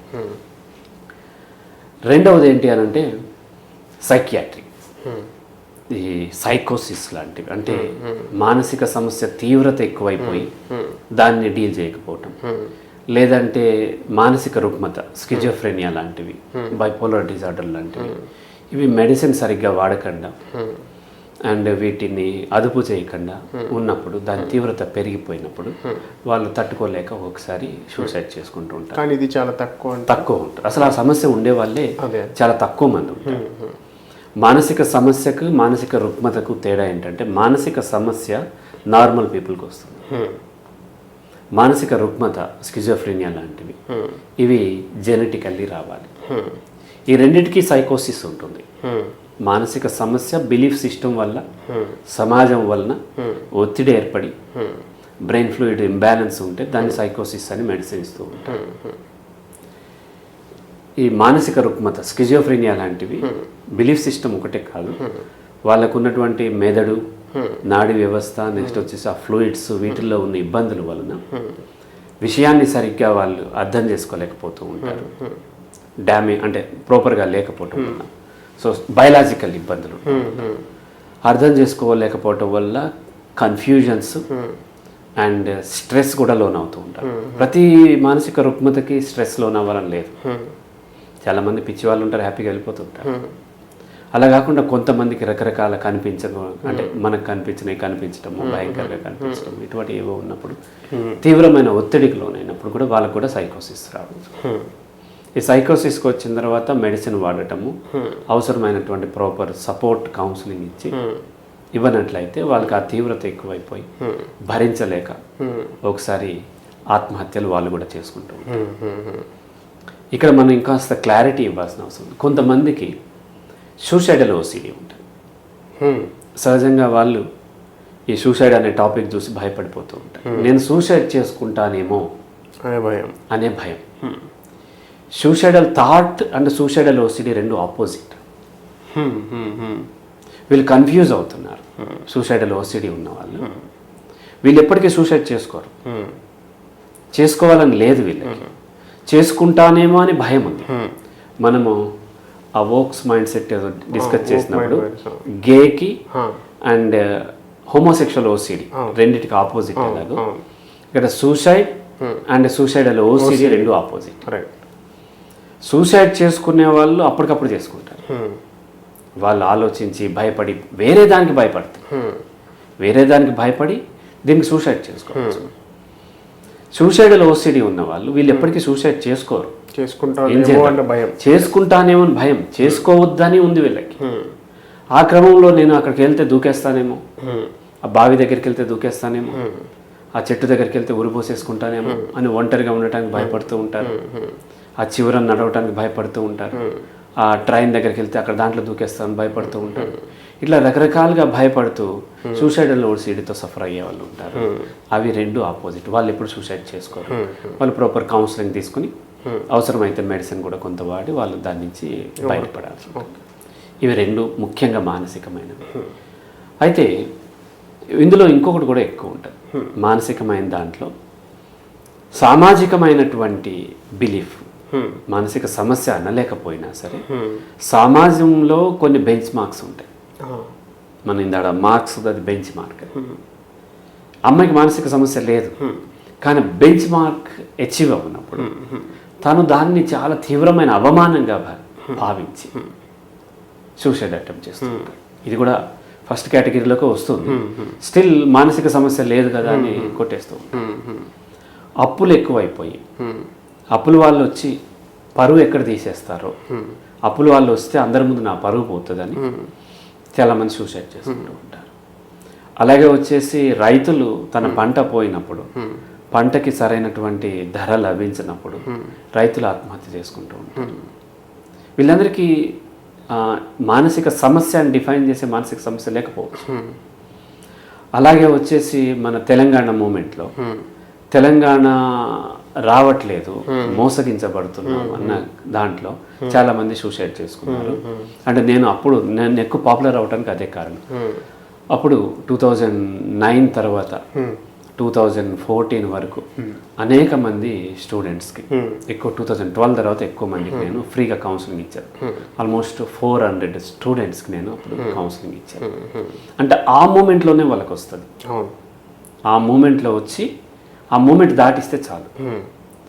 సో వాళ్ళు దారుణమైనటువంటి బిట్రేయల్కి గురయ్యాము, మోసగించబడ్డాము, నాకు సరైన హెల్ప్ లభించట్లేదు, ఈ సమాజం నాకు సరైన గుర్తింపు ఇవ్వట్లేదు, లేదా పరువు పోతుంది, ఇట్లాంటి నమ్మి రకరకాల నమ్మకాలతో సూసైడ్ చేసుకుంటారు. సో ఈ ఈఎంఐలు పెట్టేసుకుని, లేకపోతేనేమో చాలా వరకు షేర్స్లో ఇన్వెస్ట్ చేసి all of sudden market crash అవ్వడం, రియల్ ఎస్టేట్లో ఇన్వెస్ట్ చేసి బెట్టింగ్లుగా ఎక్కువ మంది ఈ మధ్య యూత్ ఎక్కువ బెట్టింగ్లు వెళ్తున్నారు. ఒక బెట్టింగ్లు కూడా మనకు ఆశ్చర్యం వేస్తుంది. వాళ్ళ ఇన్కమ్ లెవెల్ చాలా తక్కువ ఉంటుంది, కానీ అప్పులు కోట్లలో. రకరకాల యాప్లలో మొన్న ఒక అమ్మాయి వచ్చింది, వాళ్ళ హస్బెండ్ 3 కోట్ల అప్పు ఉంది. అమ్మాయి పాపం ఎంతో ఒక 10-15,000కి జాబ్ చేస్తుంది. హస్బెండ్కి ఏదో వస్తాయి, జీవితకాలం చేసినా సరే అప్పులు తీరవు. ఇంకా బెట్టింగ్లోనే మళ్ళీ తెచ్చుకోవాలి ఇట్లా తీరదు కాబట్టి అక్కడే తెచ్చుకోవాలని అత్యాశకు పోయి బెట్టింగ్లో అలా అప్పులు పాలవటం, అలా రకరకాలైనటువంటి ఇప్పుడు అలాగే మనకి ఆంధ్రాలో చూసినట్లయితే చేపల చెరువులు, రొయ్యల చెరువులు, కోళ్ళ ఫారాలు, ఇటువంటి వ్యాపారాలు చేసినప్పుడు ఆల్ ఆఫ్ సడన్ వాళ్ళకి నష్టాల్లో వచ్చినప్పుడు ఈ నష్టాల నుంచి నేను బయటపడలేను అని నమ్మినప్పుడు వాళ్ళు ఆ టైంలో సరైన హెల్ప్ లభించినప్పుడు, అలాగే ఎక్కువ సూసైడ్లు మనం చూసినట్లయితే 15 నుంచి 30 ఇయర్స్ లోపు ఎక్కువ అవుతాయి. 30 అబౌవ్ సూసైడ్ చాలా తక్కువ ఉంటుంది. టీనేజ్ నుంచి మళ్ళీ 15 లోపు వాళ్ళు ఎక్కువ సూసైడ్ చేసుకుంటారు. ఎందుకంటే మనకి స్ట్రెస్ అనేది ఎప్పుడు ఫస్ట్ ఫీల్ అయ్యామంటే 10th క్లాస్ ఎగ్జామ్స్ వచ్చింది. అప్పటిదాకా ఏ విధమైన స్ట్రెస్ లేదు. హ్యాపీగా మనం ఎంత ఎగ్జామ్స్ ఉన్నా, మార్కులు వచ్చినా రాకపోయినా బ్రహ్మాండంగా మనం డీల్ చేయగలిగాం. 10th క్లాస్ టీనేజ్కి వచ్చిన తర్వాత అందుకని చెప్తాను, మానసిక సమస్యలు పిల్లలకి మానసిక సమస్యలు ఉండవు. నేను పిల్లలకు కౌన్సిలింగ్ ఇవ్వను ఫస్ట్, ఎందుకంటే వాళ్ళకి మానసిక సమస్యలు ఉండవు. ఆ సమస్య ఏదైనా ఉన్నా సరే పేరెంట్స్, సొసైటీ సమస్య. సో ఈ 15 నుంచి 29 ఇయర్స్ ఏజ్లోనే స్ట్రెస్ మనము మొదటిసారి ఫీల్ అవుతాము. ఆ ఫీల్ అయిన తర్వాత దాన్ని ఎక్కడ సమాజం నన్ను పనికి రానివాడు అనుకుంటుందో అనే భయం చేత ఇక్కడ ఎక్కువ సూసైడ్ చేసుకునేటువంటి అవకాశం ఉంది. సో అందుకని నేను ఏం చెప్తున్నాను, పరువును చంపండి, జీవితాన్ని కాదు. జీవితాన్ని బ్రతికించండి, అవసరమైతే పరువును చంపండి అని చెప్పి ఇట్లా ఈ చేస్తుంది. అలాగే వచ్చేసి ఆ అబౌవ్ ఏజ్ వాళ్ళు కూడా కొంతమంది రేర్లీ చేసుకుంటారు, అంటే ఎక్కువ నార్మల్ దాంట్లో మాట్లాడుతున్నారు. తర్వాత మిగతా వాడికి కాపీ క్యాట్ సూసైడ్స్ అని ఉంటాయి. కాపీ క్యాట్ సూసైడ్స్, ఇద్దరు ముగ్గురు సూసైడ్ చేసుకున్నప్పుడు ఆ ఫ్యామిలీలో సూసైడ్ చేసుకునే అవకాశాలు ఎక్కువ ఉంటాయి. మరి తెలంగాణ మూమెంట్ అప్పుడు కూడా జరిగిందంట. రిపీటెడ్లీ సూసైడ్ న్యూస్ వింటున్నప్పుడు కొంతమంది సూసైడ్ చేసుకునే అవకాశం, హెర్డ్ మెంటాలిటీ కదా అట్లా. అలాగే వచ్చేసి తను అపురూపంగా చూసుకున్నటువంటి బిడ్డ వయసుకు వచ్చిన తర్వాత యాక్సిడెంట్ వల్ల ఇంకో దాని వల్ల చనిపోయినప్పుడు ఆ తల్లి కానీ తండ్రి కానీ సూసైడ్ చేసుకునే అవకాశం. సో ఇలా ఒక సూసైడ్ జరిగినప్పుడు మిగతా వాళ్ళని వాళ్ళకి బాగా అటాచ్ అయి ఉన్న వాళ్ళని, లేదంటే ఒక మరణం జరిగినప్పుడు సూసైడ్ అవసరం లేదు, ఒక యాక్సిడెంట్ వలన కానీ మరో దాని వలన కానీ ఏదైనా ఒక మరణం జరిగినప్పుడు, మామూలు ఒక్కొక్కసారి సహజ మరణం వల్ల కూడా, క్యాన్సర్ వలన కానీ హార్ట్ అటాక్ వలన కానీ ఒకరు చనిపోయినప్పుడు వాళ్ళతోని లింక్ అయి ఉన్నటువంటి జీవితాల్లో ఉన్నవాళ్ళు, లేదా వాళ్ళని బాగా ఎమోషనల్గా లింక్ అయి ఉన్న వాళ్ళని మనం జాగ్రత్తగా కనిపెట్టుకుంటూ ఉండాలి కొంతకాలం. అందుకని మన రాజశేఖర్ రెడ్డి చనిపోయినప్పుడు ఆయన అభిమానులు చాలామంది సూసైడ్ చేసుకుంటారు. సెలబ్రిటీస్ చనిపోయినప్పుడు కూడా ఇట్లా జరుగుతూ ఉంటుంది. పొలిటీషియన్స్, గొప్ప గొప్ప లీడర్స్ జరిగినప్పుడు కూడా ఇలా జరుగుతాం అనేది సహజం. అయితే అన్నీ అవేనా అంటే కొన్ని కానీ కూడా కలపొచ్చేమో, అది పాలిటిక్స్. కానీ అలా జరిగే అవకాశాలు మాత్రం ఉంటాయి. ఇలా ఏదన్నా ఒక మరణము జరిగినప్పుడు వాళ్ళకి సంబంధించిన వాళ్ళు కూడా సూసైడ్ చేసుకునేటువంటి అవకాశాలు. ఇవన్నీ మానసికమైన అంశాలు అండ్ మానసిక రుగ్మత. ఇవి రెండవది. మానసిక రుగ్మత వల్ల చనిపోతే రెండవది. మూడవది ఏంటి అని అంటే ఇంట్యూటివ్ థింకింగ్. ఇది సహజంగా తీవ్రంగా ఆల్కహాల్కి లేదంటే డ్రగ్స్కి వాటికి ఎక్స్పోజ్ అయినప్పుడు అప్పుడు వాళ్ళు చెప్పే మాటల్ని బయట దాన్ని లాజికల్లీ ఎనలైజ్ చేయలేక తీవ్రంగా ఇంట్యూటివ్ థింకింగ్, తనలో తానే ఆలోచనలో వచ్చి ఇక దీనికంటే స్ట్రెస్కి లోన్ అవుతారు. అల్టిమేట్లీ స్ట్రెస్ మళ్ళీ ఇది మానసికం కిందికి రావచ్చు. అంటే కెమికల్ వల్ల, ఓకే అక్కడ కెమికల్తోనే అబ్యూజ్, డ్రగ్ అబ్యూజ్ జరిగింది. అక్కడ మానసికమైందంటే ప్యూర్లీ బిలీఫ్ వల్ల. మానసిక రుగ్మత ఏమో బయలాజికల్ వల్ల. ఈ రెండూ లేవు, కానీ ఒక కెమికల్కి ఎక్స్పోజ్ అవటం వల్ల, అది ఆల్కహాల్ కావచ్చు, లేదంటేనేమో డ్రగ్స్ కావచ్చు. డ్రగ్స్లో మన వీటి దగ్గర నుంచి మొదలుపెట్టి LSD దాకా తీవ్రమైనటువంటి దారుణమైనటువంటి డ్రగ్స్ మనకి ఇండియాలో కూడా దొరుకుతూ ఉన్నాయి. వీళ్ళు ఒక్కొక్కసారి లాంగ్ రన్ ఎక్స్పోజ్ అయ్యి మానేయాలనుకున్నప్పుడు, లేదంటే వాళ్ళకి అది లభించినప్పుడు తీవ్రంగా విత్డ్రావల్ సింప్టమ్స్ ఉండి చేసుకోవచ్చు. ఒక్కసారికి ఎక్స్పోజ్ అయ్యి కూడా అవుతూ ఉంటారు. చాలా కేసులు నా దగ్గరికి వస్తూ ఉంటారు. వాళ్ళు అసలు ఏం చేయలేదు సార్, ఏం లేదు, సడన్లీ ఇట్లా వచ్చి తను సైకోసిస్ అయిపోయారు, అక్కడి నుంచి దూకి ఎవరో చనిపోయారు, ఇటువంటి కేసులు చెప్తూ ఉంటారు, వస్తూ ఉంటాయి కూడా. నేను ఎంక్వైరీ చేస్తూ ఉంటాను, ఏం చేశారు, లాస్ట్ వీక్ ఏం చేశారు, లాస్ట్ మంత్ ఫ్రెండ్స్తో ఎక్కడికైనా వెళ్ళారా, ఫ్రెండ్స్తో గోవా వెళ్ళి వచ్చేస్తారు. అతను ఆల్కహాల్ తీసుకోవడాన్ని చెప్తారు. కానీ అక్కడెక్కడో వాళ్ళు తెలుసో తెలియకో ఒక తీవ్రమైనటువంటి ఒక డ్రగ్కి ఎక్స్పోజ్ అయినప్పుడు అది చాలా పవర్ఫుల్ ఉంటుంది. సైకియాట్రిక్ డ్రగ్ అనుకోండి, ఇది కూడా సిమిలర్, బట్ ఒక డాక్టర్ కంట్రోల్లో ఉంటుంది, డోసేజ్ కూడా ఉంటుంది. అండ్ చెప్తాడు నువ్వు మానేయకూడదు ఆల్ ఆఫ్ సడన్ డాక్టర్ చెప్తాడు. కానీ అది అలా కాదు కదా. ఆ డ్రగ్కి ఎక్స్పోజ్ అయ్యి వాళ్ళు వచ్చిన తర్వాత వాళ్ళకి తెలియదు మళ్ళీ తీసుకోవాలి. తెలిసినా సరే చాలామంది చెప్తుంది నాకు మళ్ళీ వెళ్ళి తీసుకోవాలని ఉంది సార్ అని చెప్తూ ఉంటారు. తెలిసిన ఫెసిలిటీ ఉండదు, డబ్బు ఉండదు, మళ్ళీ వెళ్ళినా అది ఇల్లీగల్ కాబట్టి దొరకదు. దొరికినా మళ్ళీ తర్వాత ప్రాబ్లం అవుతుంది. ఇలా సడన్లీ దానికి ఆ కెమికల్కి ఎక్స్పోజ్ అయినప్పుడు బయట వాతావరణాన్ని, బయట మనుషుల్ని, బయట విషయాలని, ఆ సెన్సరీ ఆర్గాన్స్ ద్వారా వచ్చే దాని యొక్క ఇంపాక్ట్ తగ్గిపోయి ఇంట్యూటివ్ థింకింగ్ పెరిగిపోయి ఆ లూప్లోకి వెళ్ళి సూసైడ్ చేసుకునే అవకాశం ఉంటుంది. అది తీసుకున్నప్పుడు చేసుకునే అవకాశాలు ఉంటాయి. తీవ్రంగా ఆల్కహాల్ తాగి ఎవరో తిట్టారనో ఎవరో కొప్పాడారనో రాంగ్గా ఇంటర్ప్రిట్ చేసి ఆ దూకేయటము, పైనుంచి దూకేయటము, లేకపోతే ఊరి పోసుకొని చనిపోవటము, లేకపోతే నదుల్లోనో చెరువుల్లోనో మన హుస్సేన్ సాగర్ లాంటి వాటిలోకి దూకేసి చనిపోవటం అనేది, ఇలా కెమికల్ అబ్యూజ్ జరిగి లేదా కెమికల్కి ఎక్స్పోజ్ అయ్యి చనిపోయేది ఇది 3వ రకం. ఇక 4వ రకం చాలా టిపికల్ అన్నమాట. ఇది మానసిక సమస్య లేదు, రుగ్మత లేదు, కెమికల్కి ఎక్స్పోజ్ కూడా కాలేదు. ఇది తన జీవితంలో తను ఏదో సాధించుకోవటం కోసం ఎవరినో ఎమోషనల్లీ బ్లాక్మెయిల్ చేయడం కోసం నేను చనిపోతాను అని బెదిరిస్తారు. వాళ్ళకి ఎప్పటికీ చనిపోవాలని లేదు. నాకు ఆ స్కూటర్ ఇవ్వకపోతే నేను సూసైడ్ చేసుకుంటాను, కొని ఇవ్వకపోతే, లేకపోతే నేను అమెరికా వెళ్తాను, నాకు అమెరికాకి పంపించకపోతే నేను సూసైడ్ చేసుకుంటాను, లేకపోతే ఆ సంబంధానికి ఒప్పుకోకపోతే సూసైడ్ చేసుకుంటాను, తల్లి అంటది, లేదా కొడుకు అంటాడు, కూతురు అంటాడు, లేకపోతే అది చేసుకోకపోతే ఆ అమ్మాయిని చేసుకోకపోతే నేను ఉరిపోసుకొని చేస్తానంటాడు. చేసుకుంటే కూడా చచ్చిపోతుంటారు పేరెంట్స్. అవునవును. కానీ అక్కడ వాళ్ళ యొక్క స్థితి అదనమాట. వాళ్ళు నిజంగా సూసైడ్ చేసుకోవాలని లేదు, సోషల్లీ తను ఏదో పొందటం కోసం, ఆ మెటీరియల్ కావచ్చు, తనకి గుర్తింపు కోసము కావచ్చు, ఈ గర్ల్ ఫ్రెండ్ బాయ్ ఫ్రెండ్ అని పెళ్లి చేసుకోకపోతే సూసైడ్ చేసుకుంటారు, బెదిరిస్తూ ఉంటారు. అలాగే పెళ్ళి అయిన తర్వాత కూడా భార్య భర్తను బెదిరించడము, పిల్లలు బెదిరించడము, తల్లి బెదిరించడము, ఇట్లా ఈ బెదిరించే కార్యక్రమంలో మెల్లమెల్లగా దాంట్లోకి వెళ్తూ ఉంటారు.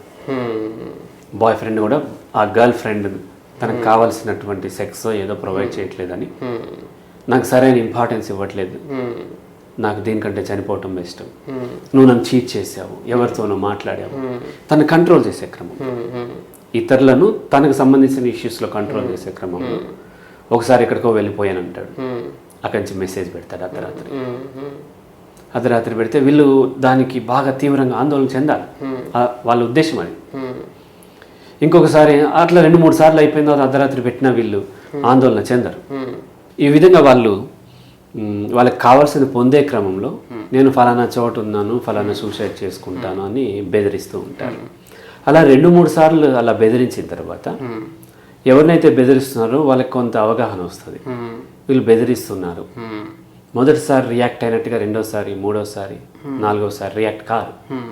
కానప్పుడు వాళ్ళు మరింత ఇంకొక స్టెప్ ఎక్స్ట్రా ఇస్తారు. ఇంకొకసారి ఎక్కడికో వెళ్ళిపోతాడు, 2-3 రోజులు రాడు, ఫోన్ ఆఫ్ చేసేస్తాడు. ఇంకొకసారి గోవా వెళ్ళాను చూడు అని వీడియో కెమెరా చేస్తాడు, ఇక్కడి నుంచి నేను దూకి చచ్చిపోతానంటే వీడియోలో ఆన్ చేస్తూ ఉంటాను. అలా ఇంకొకసారి ఇంకొకరెవరు నేను కిరోసిన్ పోసుకొని చచ్చిపోతాను ఫస్ట్ అంటే, రెండోసారి అప్పుడు ఫస్టే లాగేసుకుంటారు మొదటిసారి.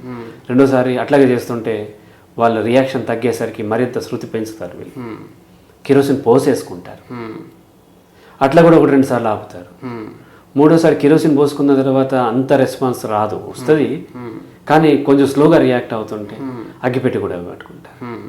ఈ క్రమంలో ఒకసారి కార్నర్ అయిపోయి అది యాక్చువల్గా దాన్ని ఫెయిల్ అనాలా సక్సెస్ అనాలా అర్థం కాదు వాళ్ళ అటెంప్ట్, అది వాళ్ళు చనిపోయే అవకాశం ఉంది అనివార్య పరిస్థితుల్లో. అది వాళ్ళ బెదిరింపు ఫెయిల్ అయ్యి, బెదిరించడానికి కాబట్టి ఫెయిల్ అయ్యి ఇది అంటుకోవటము, దూకేసేటప్పుడు జారి పడిపోవటము, ఆ చివరి దాకా వీళ్ళు బెదిరిస్తున్నారు కదా, ఇలా జారి పడిపోయి చనిపోవటము అట్లా జరుగుతూ ఉంటాయి. ఇక్కడ సూసైడ్ చేసుకోవాలని లేదు. ఇది ఎక్కువగా ఏంటంటే ఎక్కువగా గారాబం చేస్తున్న పిల్లలు, లేకపోతే ఎక్కువగా గారాబం చేస్తున్నటువంటి లైఫ్ పార్ట్నర్స్, ఇటువంటి వాళ్ళు బెదిరిస్తూ ఉంటారు. ఇది మొదటిలోనే గుర్తించి మొదటిలోనే వాళ్ళకి అవసరమైనటువంటి ట్రీట్మెంట్ ఏదైతే కౌన్సిలింగో లేకపోతే వాళ్ళు సమాజం చూసే విధానంలో మార్పు చేయాలి తప్ప అలా ఉంది కదా సేఫ్ అనుకుని వాళ్ళు కూడా అనుకుంటుంటారు. చాలామంది మేము బెదిరిస్తుంటే బెదిరిపోతున్నారు కదా అని. కొంతకాలానికి బెదరకపోగా మీరు మరింత ఎక్కువ తీవ్రతను చూపించాల్సి వచ్చినప్పుడు ఒకసారి అది ఫెయిల్ అయ్యి ఆ డెత్ సంభవించే అవకాశం ఉందనే దాని పట్ల అవగాహన ఉండాల్సిన అవసరం ఉంది. ఇది fourth one. Fifth one last, దీన్ని మనం ఏమంటాము అంటే ఫిలాసఫికల్ సూసైడ్స్ అంటాం. అంటే జీవితం ఇది సహజంగా చిన్న వయసులో జరగవు, చాలా ఎక్కువ వయసు అయిన తర్వాత జీవితాన్ని మొత్తం వాళ్ళు చూసిన తర్వాత, సో జీవితం మొత్తం వాళ్ళు ఆస్వాదించిన తర్వాత, అంటే పాజిటివ్ ఆస్వాదం అంటే ఎంజాయ్ చేశామనే మీనింగ్తో అంటుంది, అట్లా కాకపోయినా ఇంతకంటే ఏమీ లేదు జీవితము, శరీరం సహకరించట్లేదు, నా వయసు కూడా అయిపోయింది అన్నప్పుడు వాళ్ళు డెత్ని వాళ్ళు ఇన్వైట్ చేస్తారు. దాన్నే మనము ఆ పురాణ పురుషులు వాళ్ళ కాంటెక్స్లో చెప్పాలంటే అవతారం చాలించారు.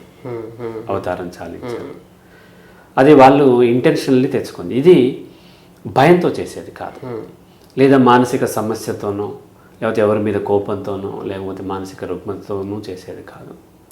ఈ జీవితం ఏదో ఒక టైంలో, మరణం అంటే ఏంటంటే ఏదో ఒక టైంలో ఆ జీవి కొంత గివప్ చేయాల్సిన అవసరం ఉంది.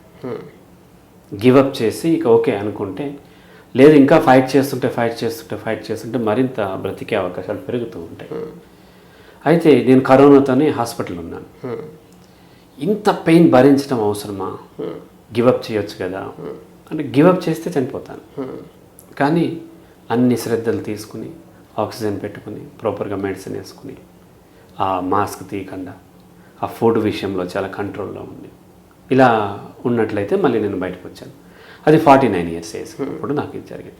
అదే 79 అయితే గివప్ చేసేవాడిని. ఇంకా చేసేది ఏముంది, ఇంత ఖర్చు పెట్టించి ఇంత వస్తాం ఉంటాం అనుకున్నప్పుడు గివప్ చేయడం, అది కూడా ఒక టైప్ ఆఫ్ సూసైడే. ఇది philosophical suicide. Cinema actor Ranganath suicide చేసుకున్నాడు, అది ఫిలాసఫికల్ సూసైడ్. అలాగే వచ్చేసి రామ్ గోపాల్ వర్మ చెప్తూ ఉంటాడు, నాకు వయసు అయిపోయిన చూసేవాళ్ళు ఎవరు ఉంటారు అప్పుడే నేను సూసైడ్ చేసుకుంటాను. దాన్ని సూసైడ్ అనట్లేదు, ఫిలాసఫికల్ సూసైడ్, సెల్ఫ్గా తను ఇక చాలు అనుకున్నప్పుడు. అలాగే చాలామంది సైకాలజిస్టులు, ఫిలాసఫర్స్ కూడా ఈ లాస్ట్గా సూసైడ్ చేసుకుంటూ ఉంటారు. అంటే ఫేమస్ సైకాలజిస్టులు కూడా చేసుకుంటారు, పెద్ద పెద్ద సైకాలజిస్టులు. అమెరికా నుంచి ఒక ఆవిడ వాళ్ళ కొడుకుని కౌన్సిలింగ్ తీసుకొచ్చింది లాంగ్ బ్యాక్ 2018లో.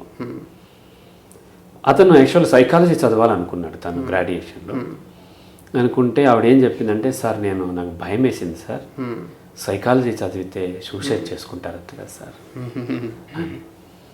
నేను కూడా చేసుకుంటానమ్మా అన్నాను.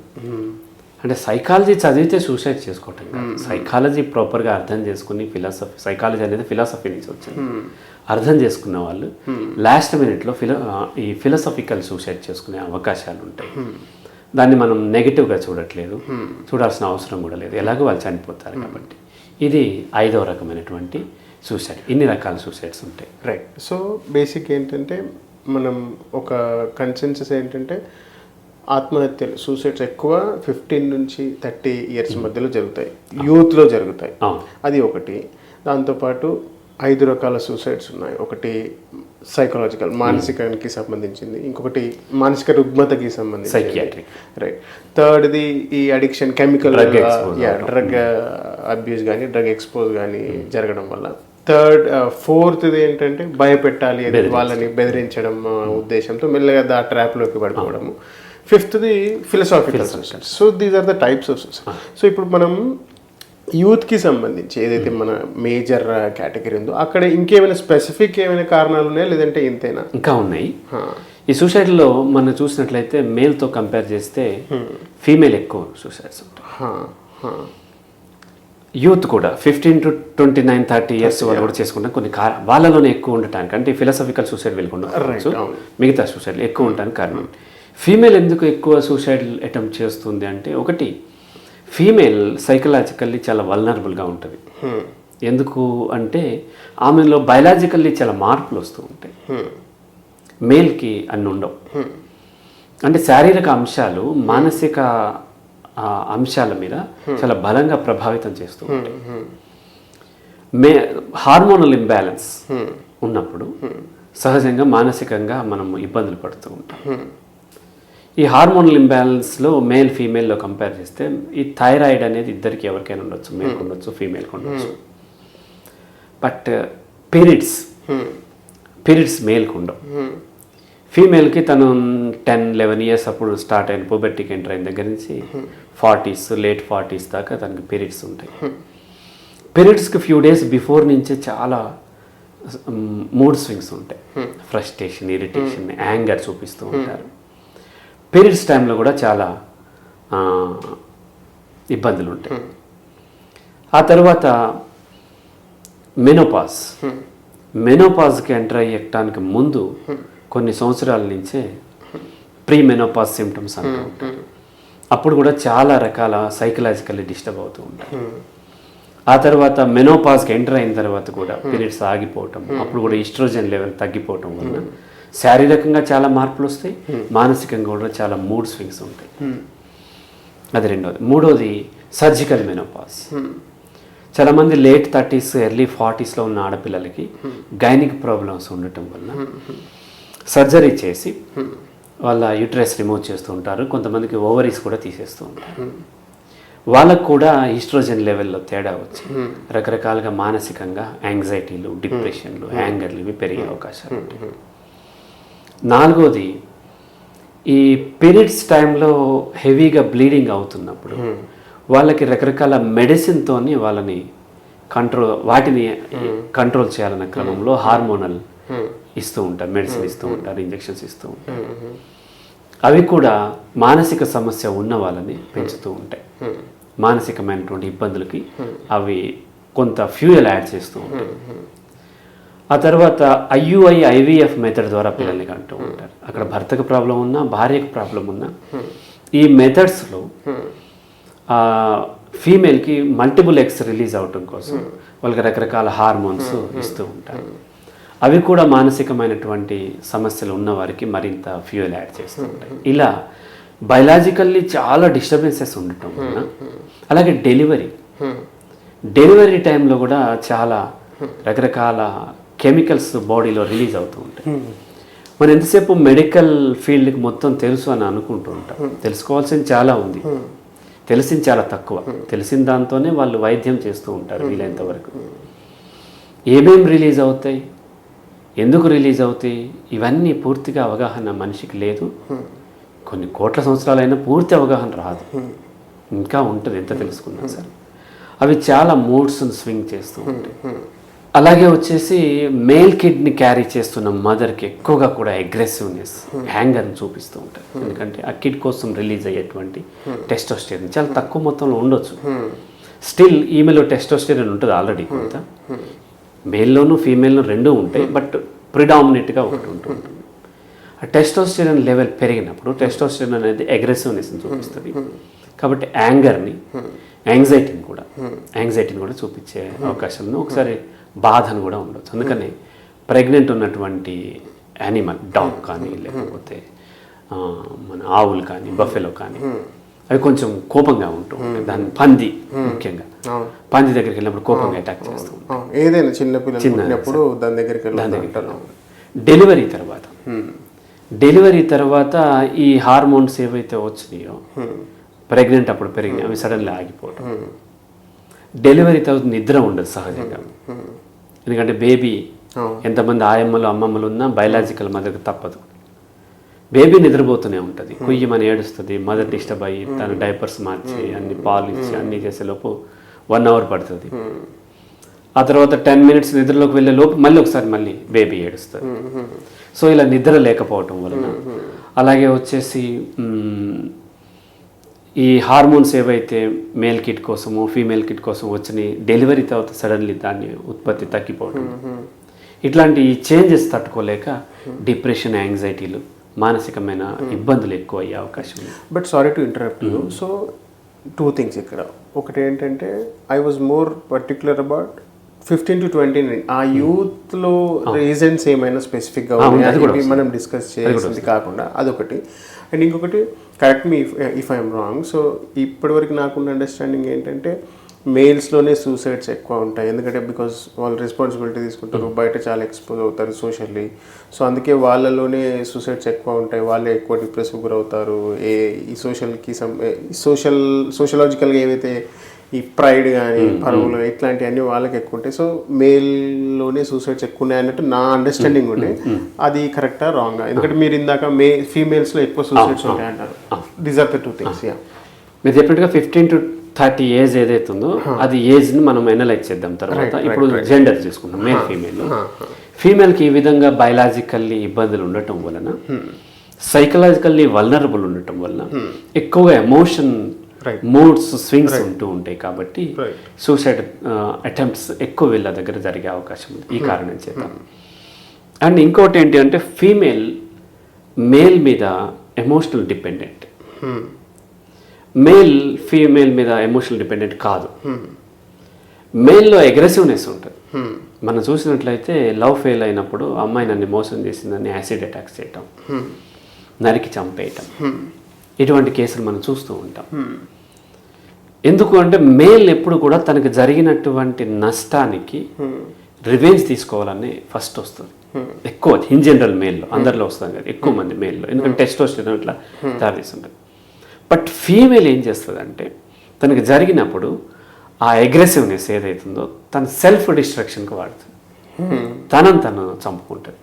ఫీమేల్ లవ్ ఫెయిల్ అయ్యానని మేల్ మీద కసి తెచ్చుకోవడానికి నరికి చంపేయటం మన కేసులు చాలా తక్కువ ఉంటాయి.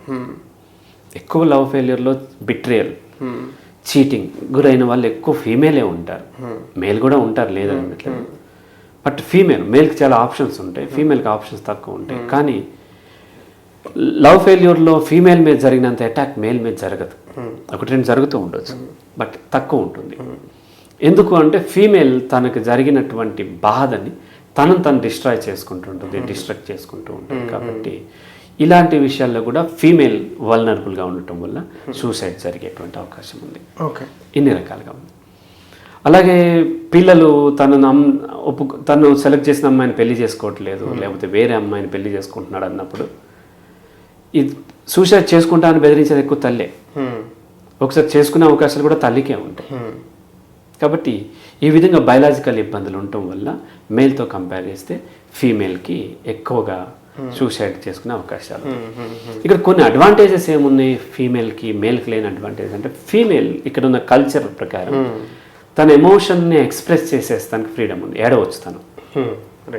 బట్ మేల్ ఏడవడు. ఇది చాలా చాలా ఇబ్బందికరమైన పరిస్థితి. దానివల్ల చాలా ఆరోగ్యం పాడవుతూ ఉంటుంది, హార్ట్ రిలేటెడ్ ప్రాబ్లమ్స్ వస్తూ ఉంటాయి. తన ఎమోషన్ని యాంగర్ రూపంలో ఎక్స్ప్రెస్ చేయాల్సిందే తప్ప తను ఏడవటం అనేది ఈ కల్చర్లో లేదు. Not only in India, world వైడ్గా కూడా తక్కువ. ఇద్దరు ఒకటే యాక్చువల్లీ, సైకలాజికల్లీ యాక్చువల్ బేస్ ఒకటే, బట్ కల్చర్ వల్ల బయలాజికల్ ఇష్యూ కొంత తేడా రావచ్చు. ఎప్పుడైతే తను ఏడవటం లేదో, వెంటిలేషన్ లేకపోవటం వల్ల తన లూప్లోకి ఇరుక్కుపోయి కొంత మేల్కి ఇబ్బంది అయ్యి ఈ పరువు అనే ఇష్యూస్లో సూసైడ్ చేసుకోవటం, లేదంటే అటాక్ చేయటం కూడా జరుగుతుంది. తన కూతురు వేరే వాళ్ళతో వెళ్ళిపోతే అల్లుడిని అటాక్ చేసి చంపేస్తారు, లేకపోతే అమ్మాయి అన్న వచ్చి అటాక్ చేసి చంపేస్తుంటారు. సో కాబట్టి అటాక్ చేసే లేనప్పుడు సమ్ టైమ్స్ సూసైడ్ చేసుకుంటున్న అవకాశాలు మేల్కొన్నాయి. ఇది జెండర్ వైజ్ డిఫరెన్సెస్. కాకపోతే ఏజ్ వైజ్ డిఫరెన్స్ వచ్చేసరికి 15 years దాకా స్ట్రెస్ తెలియదు, బికాజ్ మనం 9th 10th వచ్చిన తర్వాత ఫస్ట్ టైం ఆ లవ్ ఫీల్ కానీ ఇవన్నీ అయ్యాము, స్ట్రెస్ అక్కడ స్టార్ట్ అవుతుంది. 30 తర్వాత ఎందుకు తగ్గిపోతున్నాయి, ఈ రెండు మనం చూసినట్లయితే ఇక్కడ అనేక కారణాలు ఉన్నాయి. ఎరిక్ ఎరిక్సన్ అనేటువంటి ఒక సైకాలజిస్ట్, ఆయన ఒక థియరీ డెవలప్ చేశాడు. Erik Erikson 8 stages of psychosocial development. అంటే సైకోసోషల్ డెవలప్మెంట్ 8 stagesగా డివైడ్ చేసిన దాంట్లో ఈ టీనేజ్ అంటే 12 years నుంచి 20 years వరకు అడల్సెంట్ ఏజ్, 13 to 19 టీన్ అంటాము, 12 నుంచి 20 years వరకు ఉన్న ఏజ్ని ఒక స్టేజ్ అన్నాడు. అది ఐడెంటిటీ వర్సెస్ రోల్ కన్ఫ్యూజన్. ఆ తర్వాత 20 నుంచి 30 వరకు ఉన్నదాన్ని ఇంటిమసీ వర్సెస్ ఐసోలేషన్. ఈ 2 స్టేజ్లు మనం ఇప్పుడు చెప్పిన ఈ 2 స్టేజ్లో వచ్చింది.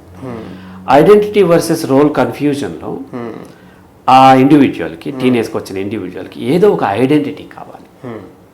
అందుకని ఆ పిల్లలకి ఏదో ఒక ఐడెంటిటీ, ఐదర్ గుడ్ బాయ్గా కాకపోతే కనీసం బ్యాడ్ బాయ్గా అన్నారు. ఒక అతనికి లవర్ బాయ్గా వస్తుంది, ఒక అతనికి స్పోర్ట్స్ బాయ్గాను మెన్గాను వస్తుంది, ఇంకొక అతను మ్యూజిషియన్గా వస్తుంది, ఒక అతను పెయింటింగ్ వేసేవాడు వస్తుంది, ఇంకొక అతను నాటీ బాయ్గా వస్తుంది. ఏదో ఒకటి ఐడెంటిటీ కావాలి. ఎందుకంటే ఐడెంటిటీ దొరికితేనే రేపొద్దున తనకు పార్ట్నర్ దొరుకుతుంది.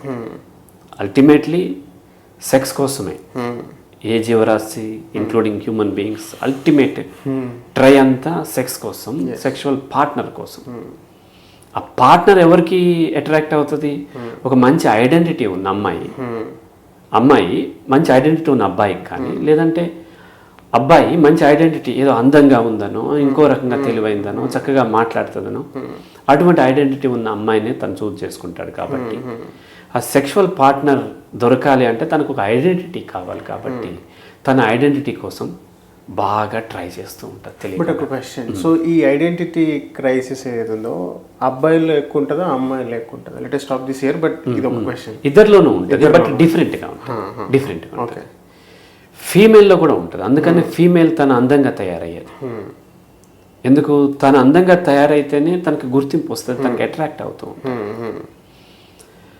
అలాగే రకరకాల స్కిన్ షో చేయటం కూడా ఐడెంటిటీ కోసం. డ్రెస్ కల్చర్ వేరు. డ్రెస్ కల్చర్ నేనేమంటలేదు, జీన్స్ వేసుకుంటారా, లేకపోతే పరికిణి వేసుకుంటారా, లేకపోతే పంజాబీ డ్రెస్ వేసుకుంటారా, దట్ ఈస్ దేర్ చాయిస్. దాంట్లో స్కిన్ ఎక్స్పోజ్ చేయడం. చాలామంది ఏంటంటే ఇది వేసుకోవద్దు అది వేసుకోవద్దు అంటారు. ఆ ఫ్రీడమ్ అందరికీ ఉంది.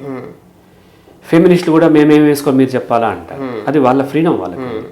అది ఎంతవరకు ఎక్స్పోజ్ చేస్తే సేఫ్ అనేది ఈ స్కిన్ షో చేయడం గురించి చెప్తున్నాను. నువ్వు ఏ డ్రెస్ అయినా వేసుకో, స్కిన్ షో చేసే దాంట్లో ఎక్కువ స్కిన్ షో ఎందుకు చేయాల్సిన అవసరం? కల్చర్ వైజ్ మళ్ళీ వేరే ఉంటుంది.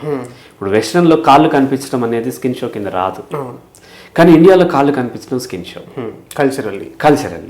ఇండియాలో నడుము బొడ్డు కనిపించడం అనేది స్కిన్ షో కాదు ఫీమేల్కి, ఎందుకంటే చీర కట్టుకుని. ఇక్కడ కల్చర్. వెస్ట్రన్లో నడుము కల్చర్, ఇది బొడ్డు దాచుకుంటూ ఉంటారు, కాళ్ళు దాచుకోరు, ముఖాలు పైకి ఉన్నా సరే పెద్దగా వాళ్ళకి ఇబ్బంది ఉండదు.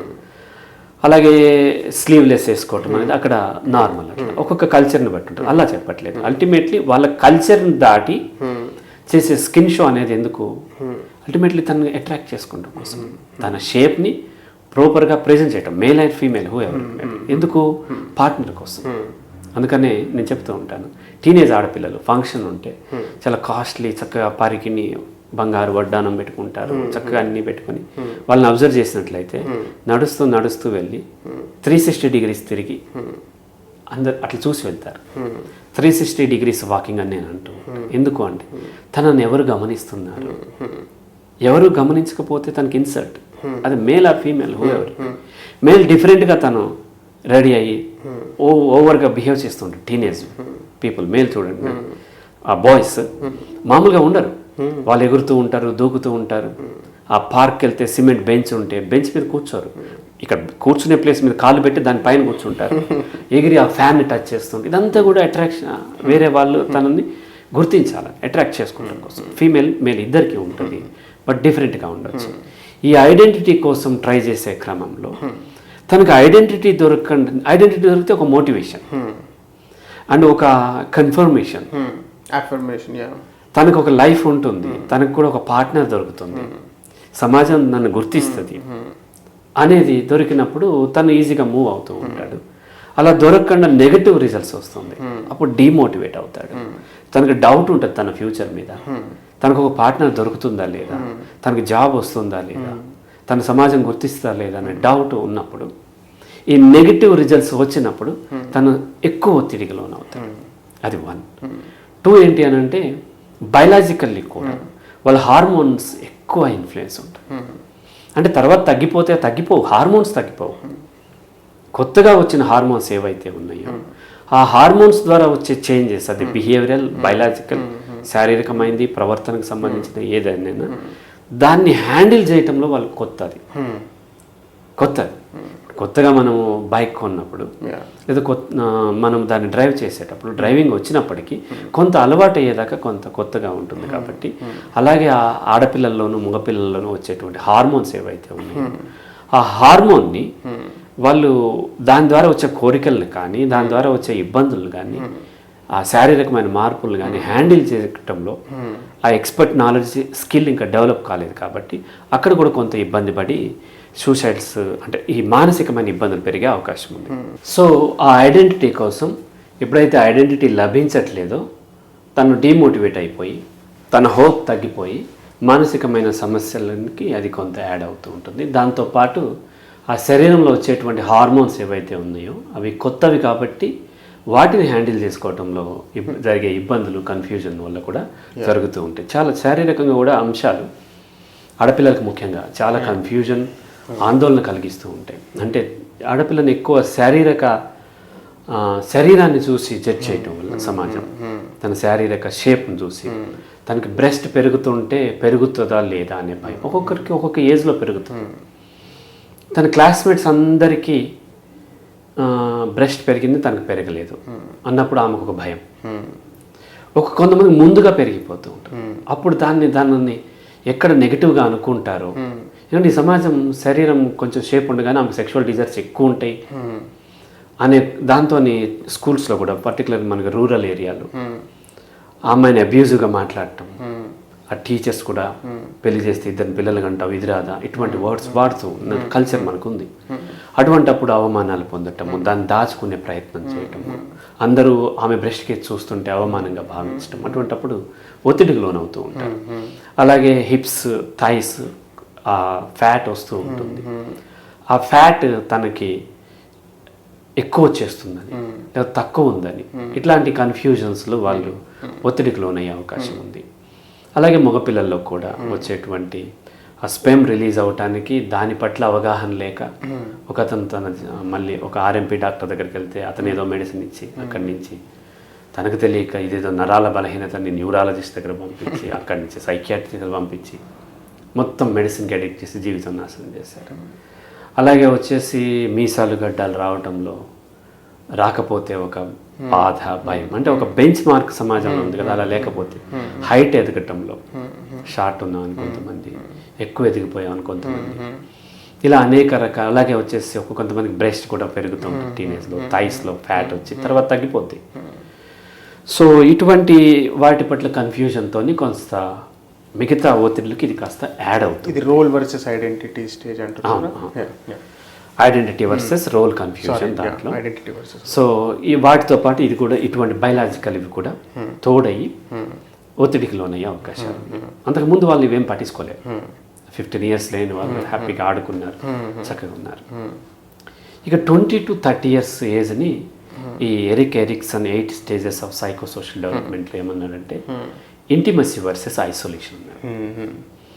అంటే ఒక ఇంటిమేట్ ఫ్రెండ్ కావాలి తనకి, లేదా ఒంటరితనం, తను ఒంటరిని అనేది యాక్సెప్ట్ అన్నా చేయాలి. ఎందుకు ఇంటిమేట్ ఫ్రెండ్ అవసరం ఏర్పడింది అంటే అప్పటిదాకా జీవితం ఒక రకంగా ఉంది. ఈ టీనేజ్ అనేది అడల్ట్హుడ్కి ఎంట్రీ లాంటిది. అడల్ట్హుడ్కి ఎంటర్ అయ్యాడు అతను. ఇప్పుడు తను ఇండివిజువల్, తను కొంత సామాజిక బెంచ్ మార్క్స్ ప్రకారం కొన్ని తను సాధించాల్సి ఉన్నాయి, కొంత సంపాదించాలి, తనకు ఒక పార్ట్నర్ ఉండాలి, ఇవన్నీ బెంచ్ మార్క్స్. లేకపోతే ప్రతి ఒక్కరు గుచ్చి అడుగుతూ ఉంటారు, ఇంకెప్పుడు జాబ్ చేస్తావు, ఇంకెప్పుడు సంపాదిస్తావు, లేకపోతే ఇంకెప్పుడు నువ్వు పెళ్లి చేసుకుంటావు, ఎప్పుడు పిల్లల్ని కంటావు, ఇంతేనా సంపద, వాళ్ళ చూడ అంత వచ్చింది, వీళ్ళు అమెరికా వెళ్ళిపోయారు, వీళ్ళు ఆస్ట్రేలియా వెళ్ళారు, ఇటువంటివన్నీ కూడా వచ్చినప్పుడు అప్పటిదాకా తను కూడా సూపర్ చేసేద్దాం అనుకుంటారు, బ్రహ్మాండంగా అనుకుంటారు, మనం కూడా అనుకున్నాం, అలాగే వీళ్ళు కూడా అనుకుంటారు. కానీ నిజ జీవితం ప్రాక్టికల్ లైఫ్ వచ్చేసరికి కొన్ని ఫెయిల్యూర్లు వస్తూ ఉంటాయి, కొన్ని దెబ్బలు తగులుతూ ఉంటాయి, మనకి అనుకున్నట్టుగా జరగట్లేదు. దెబ్బలు తగిలేసరికి పెయిన్ వస్తుంది. ఆ పెయిన్ అర్థం చేసుకునే వాళ్ళు కావాలి. తల్లిదండ్రులు అర్థం చేసుకున్న తల్లిదండ్రులు ఏజ్ గ్యాప్ ఉంది, తన ఏజ్ గ్రూప్ వాళ్ళు ఎవరన్నా ఉండి తనతోని తన బాధను అర్థం చేసుకున్నట్లయితే ఎక్కువ వాళ్ళకి రిలీఫ్ వస్తుంది. పెయిన్ ఎప్పుడు కూడా ఎవరు అర్థం చేసుకుంటే రాదు. సహజంగా ఆ అమ్మాయికి పెయిన్ లేదంటే అబ్బాయికి పెయిన్ తన ఫాదర్ అర్థం చేసుకున్న దానికంటే తన పీర్ గ్రూప్ వాళ్ళు అర్థం చేసుకుంటే ఎక్కువ రిలీఫ్ వస్తుంది. అందుకనే బీయింగ్ ఏ సైకాలజిస్ట్గా నేను ఏం చేస్తుంటానంటే నా ఆహార్యము ఏదైతే ఉందో నా క్లయింట్స్ యొక్క ఆహార్యానికి అనుగుణంగా పెట్టుకుంటాను దగ్గర. చాలామంది ఏం చేస్తారంటే షూట్ వేసేసుకుని రెడ్ టై కట్టుకుని ఉంటారు, అప్పుడు డిస్కనెక్ట్ అవుతాం. అప్పుడు అది వెస్ట్రన్లో సరిపోతుంది. అప్పుడు వాళ్ళు పెయిన్ చెప్పుకోవడానికి ముందుకు రారు, చెప్పుకున్నా తక్కువగా చెప్పుకుంటారు. వాళ్ళకి ఎలా ఉండాలంటే వాళ్ళ ఏజ్ గ్రూప్ లాగా. అలాగని కొంతమంది ఏజ్ గ్రూప్ లాగా యంగ్గా ఉండటం కోసం ఈ వల్గర్ పాటలకు డ్యాన్స్లు వేస్తూ వీడియోలు పెట్టడం, అటువంటి ట్రెండ్కి సంబంధించి చేస్తాం. అలా కూడా కాదు. లేదంటే హుషారుగా నటించటం, లేని సాఫ్ట్ స్కిల్స్ ప్రదర్శించటం, ఇవన్నీ చేస్తున్నప్పుడు కూడా డిస్కనెక్ట్ అయిపోతాం. సీరియస్గా ఉండాలి, హానెస్ట్గా ఉండాలి. ఈ మోటివేషన్ స్పీకర్స్ ఎక్కువగా నవ్వుతూ యాక్టింగ్ చేసేసుకుంటూ మాట్లాడేస్తుంటే వాళ్ళ దగ్గరికి క్లయింట్స్ వస్తూ ఉంటారు. ఎందుకు వాళ్ళ దగ్గర రిలీఫ్ రాదు అని అంటే ఇతను ఒక బాధలో ఉన్నాడు, ఆ బాధని అతను సంతోషంలో ఉన్నాడు. ఆ బాధతో వచ్చిన అబ్బాయిని hi hello how are you అంటే అతను బెదిరిపోతాడు, డిస్కనెక్ట్ అయిపోతాడు. ఆ సిమిలర్గా ఉండాలి.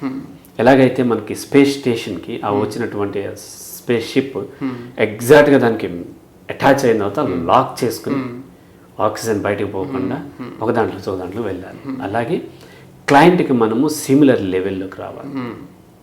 నేను చెప్తున్నాను టీచింగ్లో కూడా సెకండ్ క్లాస్ పిల్లవాడికి టీచ్ చేయాలంటే మనం సెకండ్ క్లాస్ లెవెల్లోకి వెళ్ళిపోవాలి. అలాగని పిల్ల చేష్టలు చేయకూడదు, ఆ లెవెల్లోకి పోయి టీచ్ చేయాలి. అలాగే ఆ క్లయింట్ ఎమోషనల్ స్టేజ్ ఏతుందో ఆ లెవెల్కి వెళ్ళిపోయినట్లయితే అప్పుడు వాళ్ళు చెప్పుకోవడానికి ఇష్టపడతారు. మనం విన్నా వాళ్ళకి రిలీఫ్ వస్తుంది. లేకపోతే వాళ్ళు టేప్ రికార్డర్కో లేకపోతే గోడకో చెప్పుకున్న ఫీలింగ్ వాళ్ళకి వస్తుంది. అలాగే ఆ ఏజ్ గ్రూప్ వాళ్ళు కావాలి కాబట్టి ఆ ఏజ్ గ్రూప్ వాళ్ళు చెప్పుకున్నప్పుడు దట్టు అపోజిట్ జెండర్ అయినట్లయితే వాళ్ళకి ఇంకా ఎక్కువ సెక్షువల్ అట్రాక్షన్ కూడా ఉంటుంది కాబట్టి చాలా ఇంటిమసీ ఏర్పడుతుంది. ఆ ఇంటిమసీ ద్వారానే పెళ్ళిలో లివ్ ఇన్ రిలేషన్ ఏర్పడుతుంది. అందుకని మనం చూసినట్లయితే 30 years దాకా పెళ్లి మీద ఇంట్రెస్ట్ ఉంటుంది.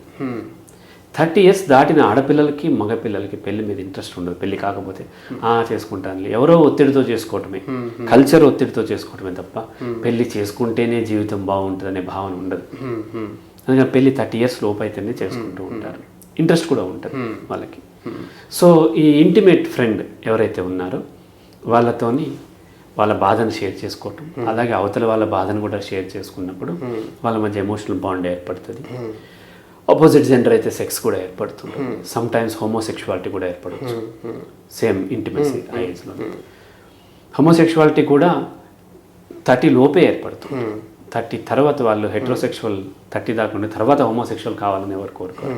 ఇక్కడ ఆ ఫ్రెండ్షిప్ ఏదైతే గుడ్ ఫీల్ ఉందో అది సెక్షువాలిటీకి దారితీస్తుంది. ఆ తర్వాత మ్యారేజ్ చేసుకునే అవకాశాలు ఉంటాయి. ఇలా ఇక్కడ అది దొరకనప్పుడు ఐసోలేట్ అయిపోతారు. ఐసోలేట్ అయిపోయినప్పుడు ఆ పెయిన్ ఎవరితో చెప్పుకోలేక బాధపడుతూ ఆ ఉన్న సమస్యలు అందులో లూప్లో పడిపోయి అవి ఎక్యుములేట్ అవుతూ మానసికంగా డిస్టర్బ్డ్గా ఉండటం వలన ఇక్కడ ఎక్కువగా వాళ్ళు సూసైడ్ అటెంప్ట్ చేసే అవకాశాలు ఉన్నాయి. ఈ సామాజికమైన అండ్ శారీరకమైన అంశాలు ఇక్కడ ఎక్కువ మ్యాచ్ అవుతూ ఉన్నాయి. దానివల్ల చేసుకుంటూ ఉన్నాయి. సో బేసిక్గా మనం ఇప్పుడు ఎన్ని రకాల సూసైడ్స్ ఉన్నాయనే దాని మీద చాలా డీప్గా అనాలిసిస్ చేసుకున్నాం. సో మీరు ఎరిక్ ఎరిక్సన్ అంటే నాకు డర్క్హైమ్ థియరీ ఆఫ్ సూసైడ్ గుర్తొస్తుంది. సో అక్కడ తను ఏమంటాడంటే సొసైటీ రోల్ ఎట్లా ఉంటుంది ఒక మనిషి సూసైడ్ చేసుకోవడంలో అనే దాని గురించి ఎక్స్ప్లెయిన్ చేస్తాను. ఇప్పుడు కొంత ఆ కాంటెక్స్లో మనం డిస్కస్ చేసుకుందాం.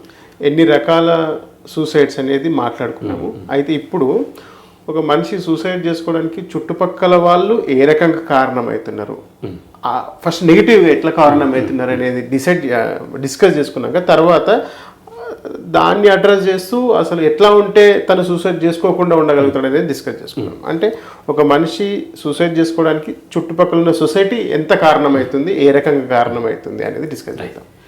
మనిషి ఆత్మహత్య చేసుకోవటానికైనా లేదంటే మనిషి ఎదుగుదలకైనా మనిషి జీవితం ప్రతిదీ కూడా తన చుట్టూ ఉన్న సమాజం చాలా పాత్ర పోషిస్తూ ఉంటుంది. సమాజం అంటే ఎక్కడో లేదు, తనతో పాటు తన సిబ్లింగ్స్ దగ్గర నుంచి తన పేరెంట్స్ ఫస్ట్ ఇమీడియట్ సొసైటీ, ఆ తర్వాత తన స్కూల్కి వెళ్ళినట్లయితే పీర్ గ్రూప్, క్లాస్మేట్స్, టీచర్స్, అలాగే వచ్చేసి నైబర్స్, అలాగే చుట్టాలు అప్పుడప్పుడు వచ్చి వెళ్తుంటారు కాబట్టి వాళ్ళకి ఒక కల్చర్, ఒక ఎక్స్పెక్టేషన్, కొన్ని బెంచ్ మార్క్స్ ఉంటాయి.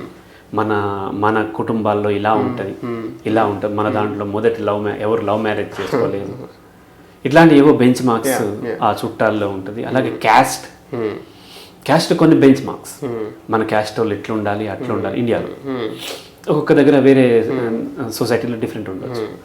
మనం ఇప్పుడు ఇట్లా చేయకూడదు, అలా చేయకూడదు, మన క్యాస్ట్ పరువు తీసామని ఇట్లా అనుకోవటం. అలాగే నైబర్స్లో కూడా ఒక ప్రాంతంలో ఉండే వాళ్ళు ఒకరి ప్రభావం ఒకరి మీద ఉంటుంది.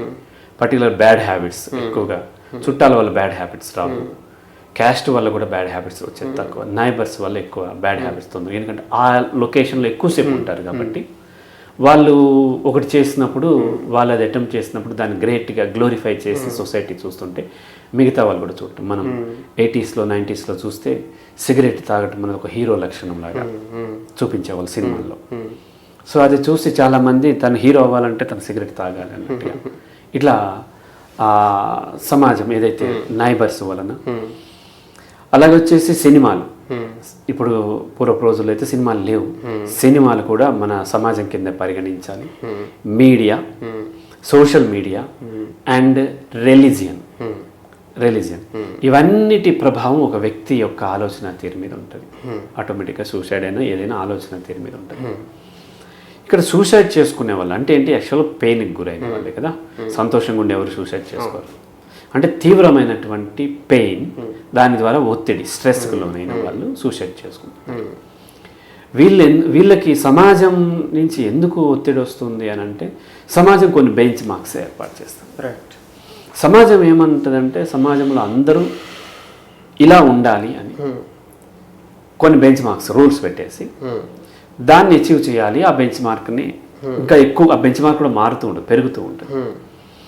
ఆ క్రమంలో అలా ఉండాలని అందరి మీద ఒత్తిడి చేసినప్పుడు ఇక్కడ ఎవరి ఇండివిజువల్ ఈజ్ యూనిక్. ఏ ఇద్దరు ఒకలాగా ఉండరు. ఏ ఇద్దరిది ఎట్లాగైతే ఇండియాలో యావరేజ్ హైట్ ఎంత అంటే 5.7, 5.8 చెప్పారనుకోండి, ఎగ్జాక్ట్గా ఆ హైట్ ఉన్న వాళ్ళు 10% ఉంటారేమో. అంతకంటే ఎక్కువ ఉండే వాళ్ళే ఉంటారు, తక్కువ ఉండే వాళ్ళు ఉంటారు. యావరేజ్ అది అంతే తప్ప ఒక అబ్సల్యూట్ మార్క్ పెట్టి దాన్ని అబ్సల్యూట్ అని అంత ఉండాలి అంటే చాలా ఇబ్బంది అవుతుంది. అంతకంటే ఎక్కువ ఉన్న వాళ్ళు తక్కువ ఉన్న వాళ్ళని కట్ చేసేస్తామంటే 10% కంటే ఎక్కువ మిగలరు.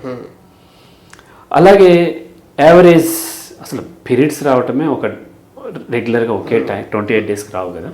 కొంతమంది 29 డేస్కి వస్తే, కొంతమంది 30 డేస్కి వస్తే, కొంతమంది 27 డేస్కి రావచ్చు. అలాగే ఒకే అమ్మాయికి కూడా ఒకసారి 28 డేస్కి వస్తే, ఒకసారి 26 రావచ్చు, ఒకసారి 29 రావచ్చు, 30 రావచ్చు. అదొక యావరేజ్ మాత్రమే. అలాగే 9 monthsకే పిల్లలు ఎవరిని కంటారు, కొంతమంది 8 months కంటారు, 8.5 కంటారు, 9.5 కూడా అయ్యేటువంటి అవకాశం ఉంది.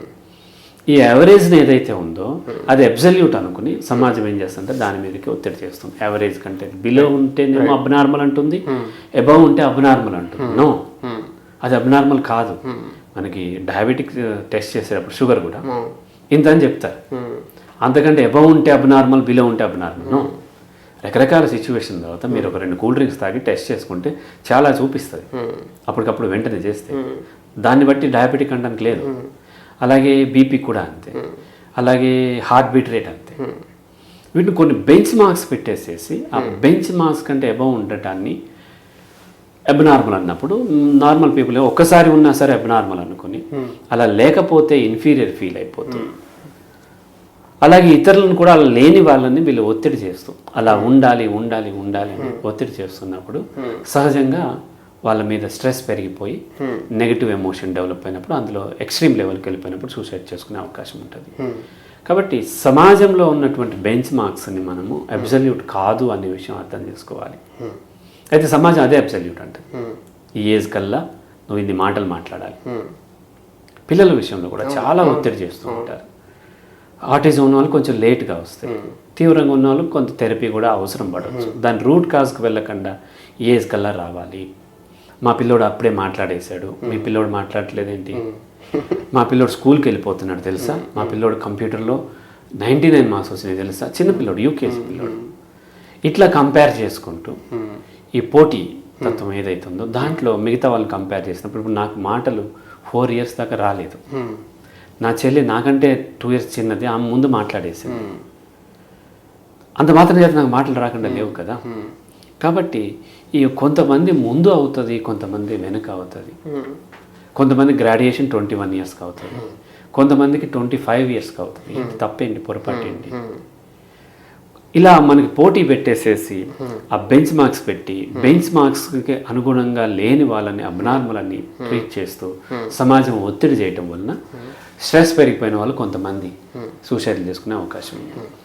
అంటే బేసిక్గా మొత్తానికి అన్ని రకాలుగా తీసుకున్నా కూడా ఒకటి బెంచ్ మార్క్, ఏదైతే సొసైటీ సెట్ చేసిన స్టాండర్డ్స్ కానీ బెంచ్ మార్క్ కానీ అది ఒక కారణం. దాంతోపాటు పోలికలు, ఈ 2 మేజర్ కారణాల వల్ల వాళ్ళు అరే మేము ఇది అచీవ్ అవ్వలేకపోయినాము, లేదంటే అట్లా లేము ఇట్లా లేము అనే కారణాలతోటి ఏమవుతుందో అనే భయాలతోటి సూసైడ్ చేసుకునే రీజన్స్ ఉంటాయి. రైట్. ఇప్పుడు ఈ నెక్స్ట్ డిస్కషన్లో మనం బేసిక్గా ప్రాక్టికల్గా సూసైడ్ చేసుకోవాలనుకున్న ఒక మనిషి యొక్క లక్షణాలు, అంటే ఈ సైన్స్ ఎట్లా గుర్తుపట్టాలి, ఎట్లాంటివి ఉంటాయి, వాళ్ళ బిహేవియర్ కానీ వాళ్ళ మాట తీరు కానీ ఎట్లాంటిది ఉంటుంది, సో చుట్టుపక్కల వాళ్ళు ఎట్లా అలర్ట్ కావాలా, ఆ కొన్ని ఇండికేషన్స్. అయితే అది చెప్పే ముందు మీరు మొదట ఇంట్రొడక్షన్లో ఏం చెప్పారంటే ఇంత డెవలప్ అవుతున్నా రైట్ సూసైడ్లు పెరుగుతున్నాయి, రైట్ రైట్ సైన్స్ డెవలప్ అవుతుంది, టెక్నాలజీ డెవలప్ జరుగుతుంది. అంటే డెవలప్మెంట్తో పాటు ఏమైందంటే గతంలో లేవా సూసైడ్స్, రాజరికంలో లేవా అంటే ఉండుండేది. అప్పటి కారణాలు వేరు, అవకాశాలు కూడా తక్కువ. ఎందుకంటే అప్పటి మనిషి ఒక 200-300 సంవత్సరాల క్రితం మనిషి సక్సెస్ అనేది రకరకాల రూపాల్లో ఉండే. సో అప్పట్లో డబ్బు సంపాదించడం ఒకటే సక్సెస్ కాదు.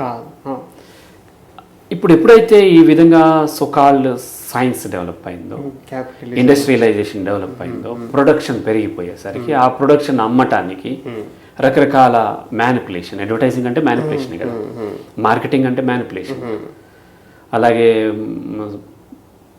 సాఫ్ట్ స్కిల్స్ అంటే మ్యానిపులేషన్ కదా. ఈ మ్యానిపులేషన్ పెరిగింది. అలాగే గ్లోబలైజేషన్ అవ్వటం, గ్లోబలైజేషన్ అయినప్పుడు ఎక్కువ దూరం వెళ్ళాల్సి వస్తుంది, మార్కెట్ పెరిగింది, అలాగే కాంపిటీషన్ కూడా పెరిగింది.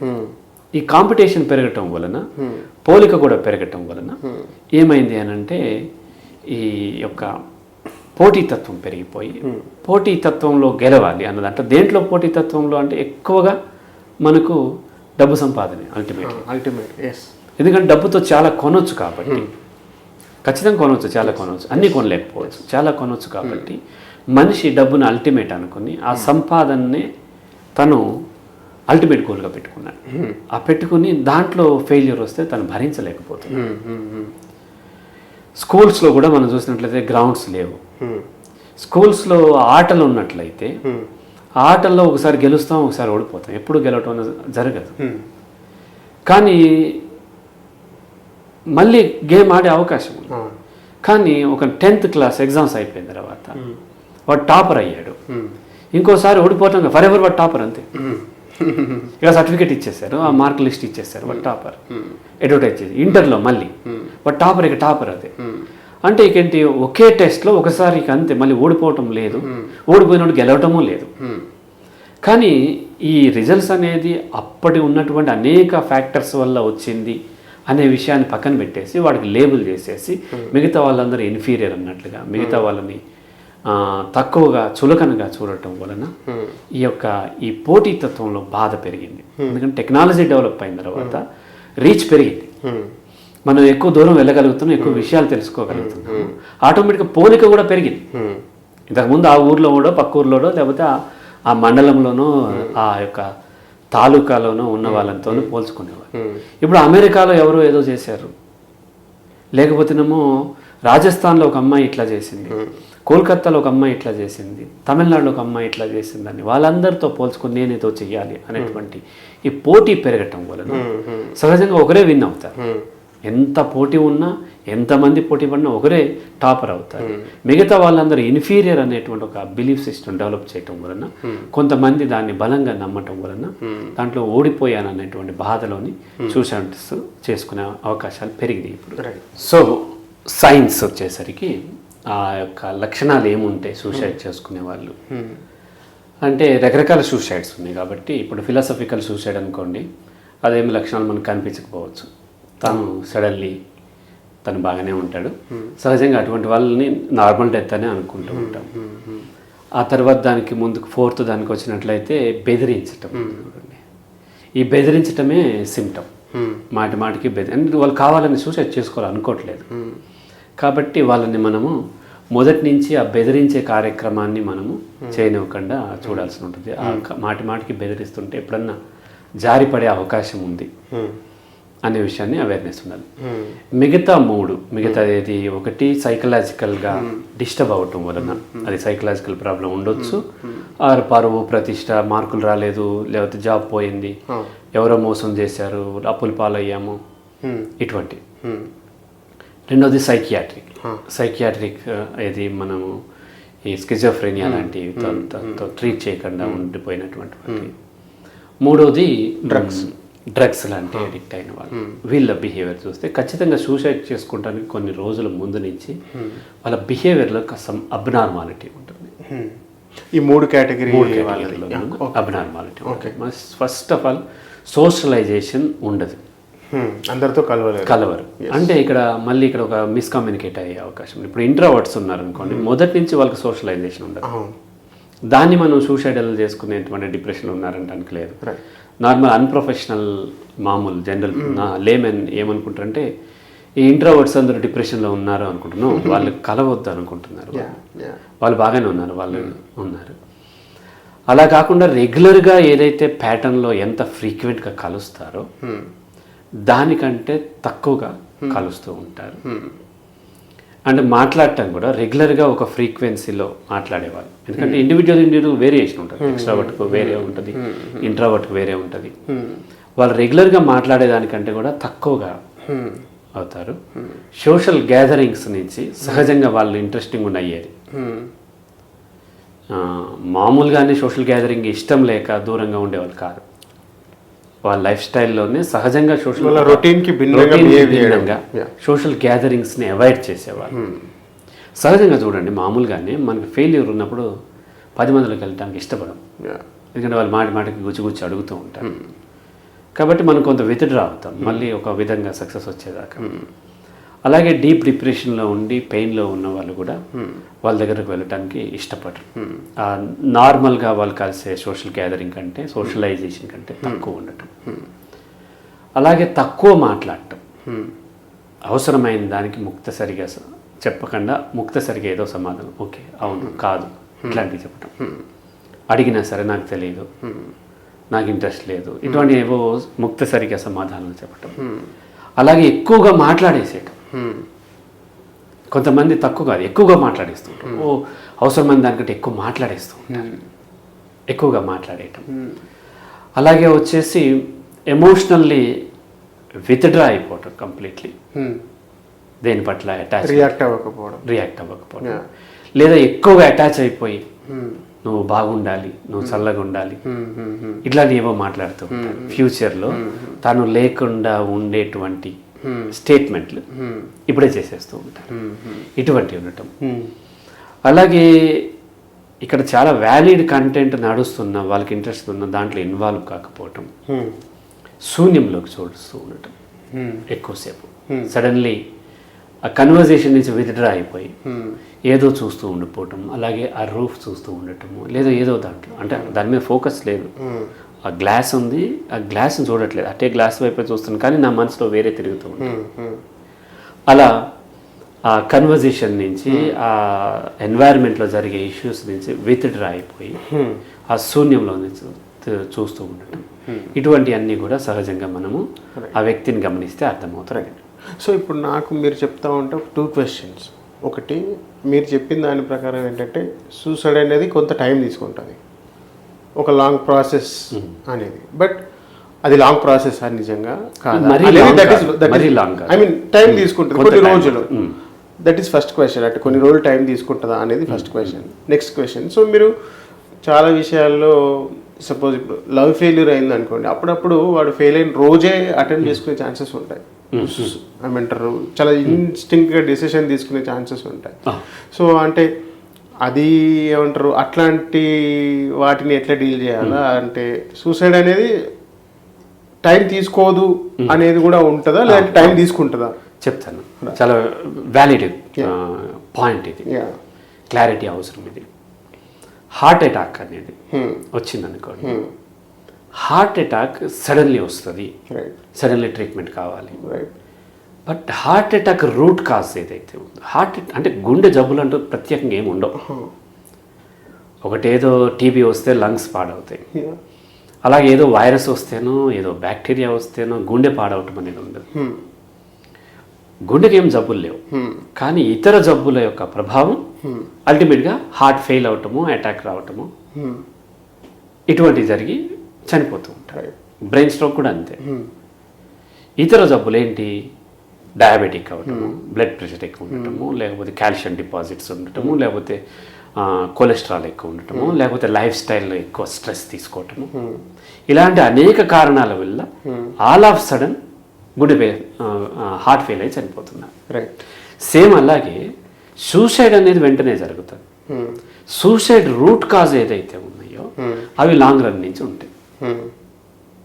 రైట్, ఇందాక చెప్పిన లక్షణాలన్నీ కూడా ఏంటి అంటే యాక్చువల్గా పెయిన్ యొక్క లక్షణాలు. సూసైడ్ చేసుకుందామని వాళ్ళు థింక్ చేయట్లేదు. ఇప్పుడు తను శూన్యంలోకి చూస్తూ ఉన్నాడు అంటే అర్థము సూసైడ్ చేసుకుందామా వద్దా, ఆ డైలమా ఏం లేదు. సూసైడ్ అనేది స్పాంటేనియస్లీ జరుగుతుంది. ఒక ప్లాన్ చేసుకుని 2-3 రోజుల తర్వాత, వారం రోజుల తర్వాత అట్లా జరగదు. సూసైడ్ ఆ మూమెంట్లో ఆ ఇంట్యూటివ్గా థాట్ వచ్చి దీనికంటే ఎండ్ చేయటం మంచిదని ఎండ్ చేసేసుకుంటారు. ఆ దాటిన తర్వాత మళ్ళీ సూసైడ్ చేసుకోరు, చేసుకునే అవకాశాలు తగ్గిపోతుంది. సూసైడ్ డెసిషన్ వచ్చిన తర్వాత సూసైడ్కి మధ్య గ్యాప్ ఎక్కువ ఉండదు.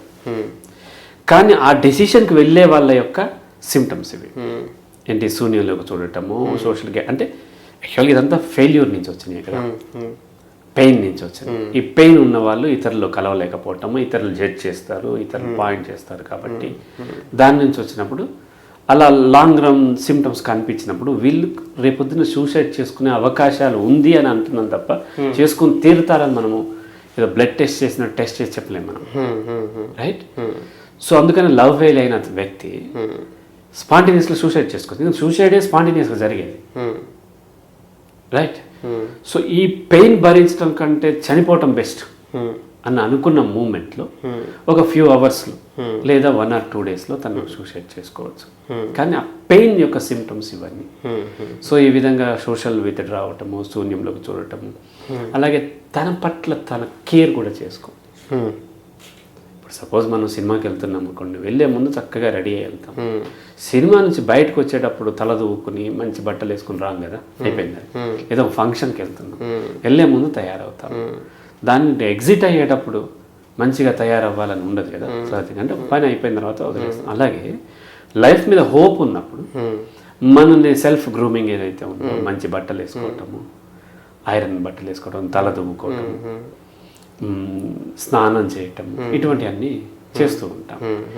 ఎలాగో లైఫ్ నుంచి ఎగ్జిట్ అయిపోతున్నాం, పెయిన్ ఉంది, ఎగ్జిట్ అయిపోయే అవకాశాలు కూడా ఉన్నాయి అన్నప్పుడు వీటి మీద ఇంట్రెస్ట్ తగ్గిపోయి సో వాళ్ళు రెగ్యులర్ కంటే కొంతమంది రఫ్గా ఉండొచ్చు, కొంతమంది హెయిర్ చక్కగా దువ్వుకొని పాపిడి తీసుకోవచ్చు, కొంతమంది ఇష్టం వచ్చినట్టు హెయిర్ కూడా, ఆ హెయిర్ స్టైల్ రెగ్యులర్ ఏదైతే ఉందో దానికంటే అది నార్మల్ అనుకుంటే ఆ నార్మల్ కంటే తక్కువ ఉండటం, అబ్నార్మల్ ఉండటం.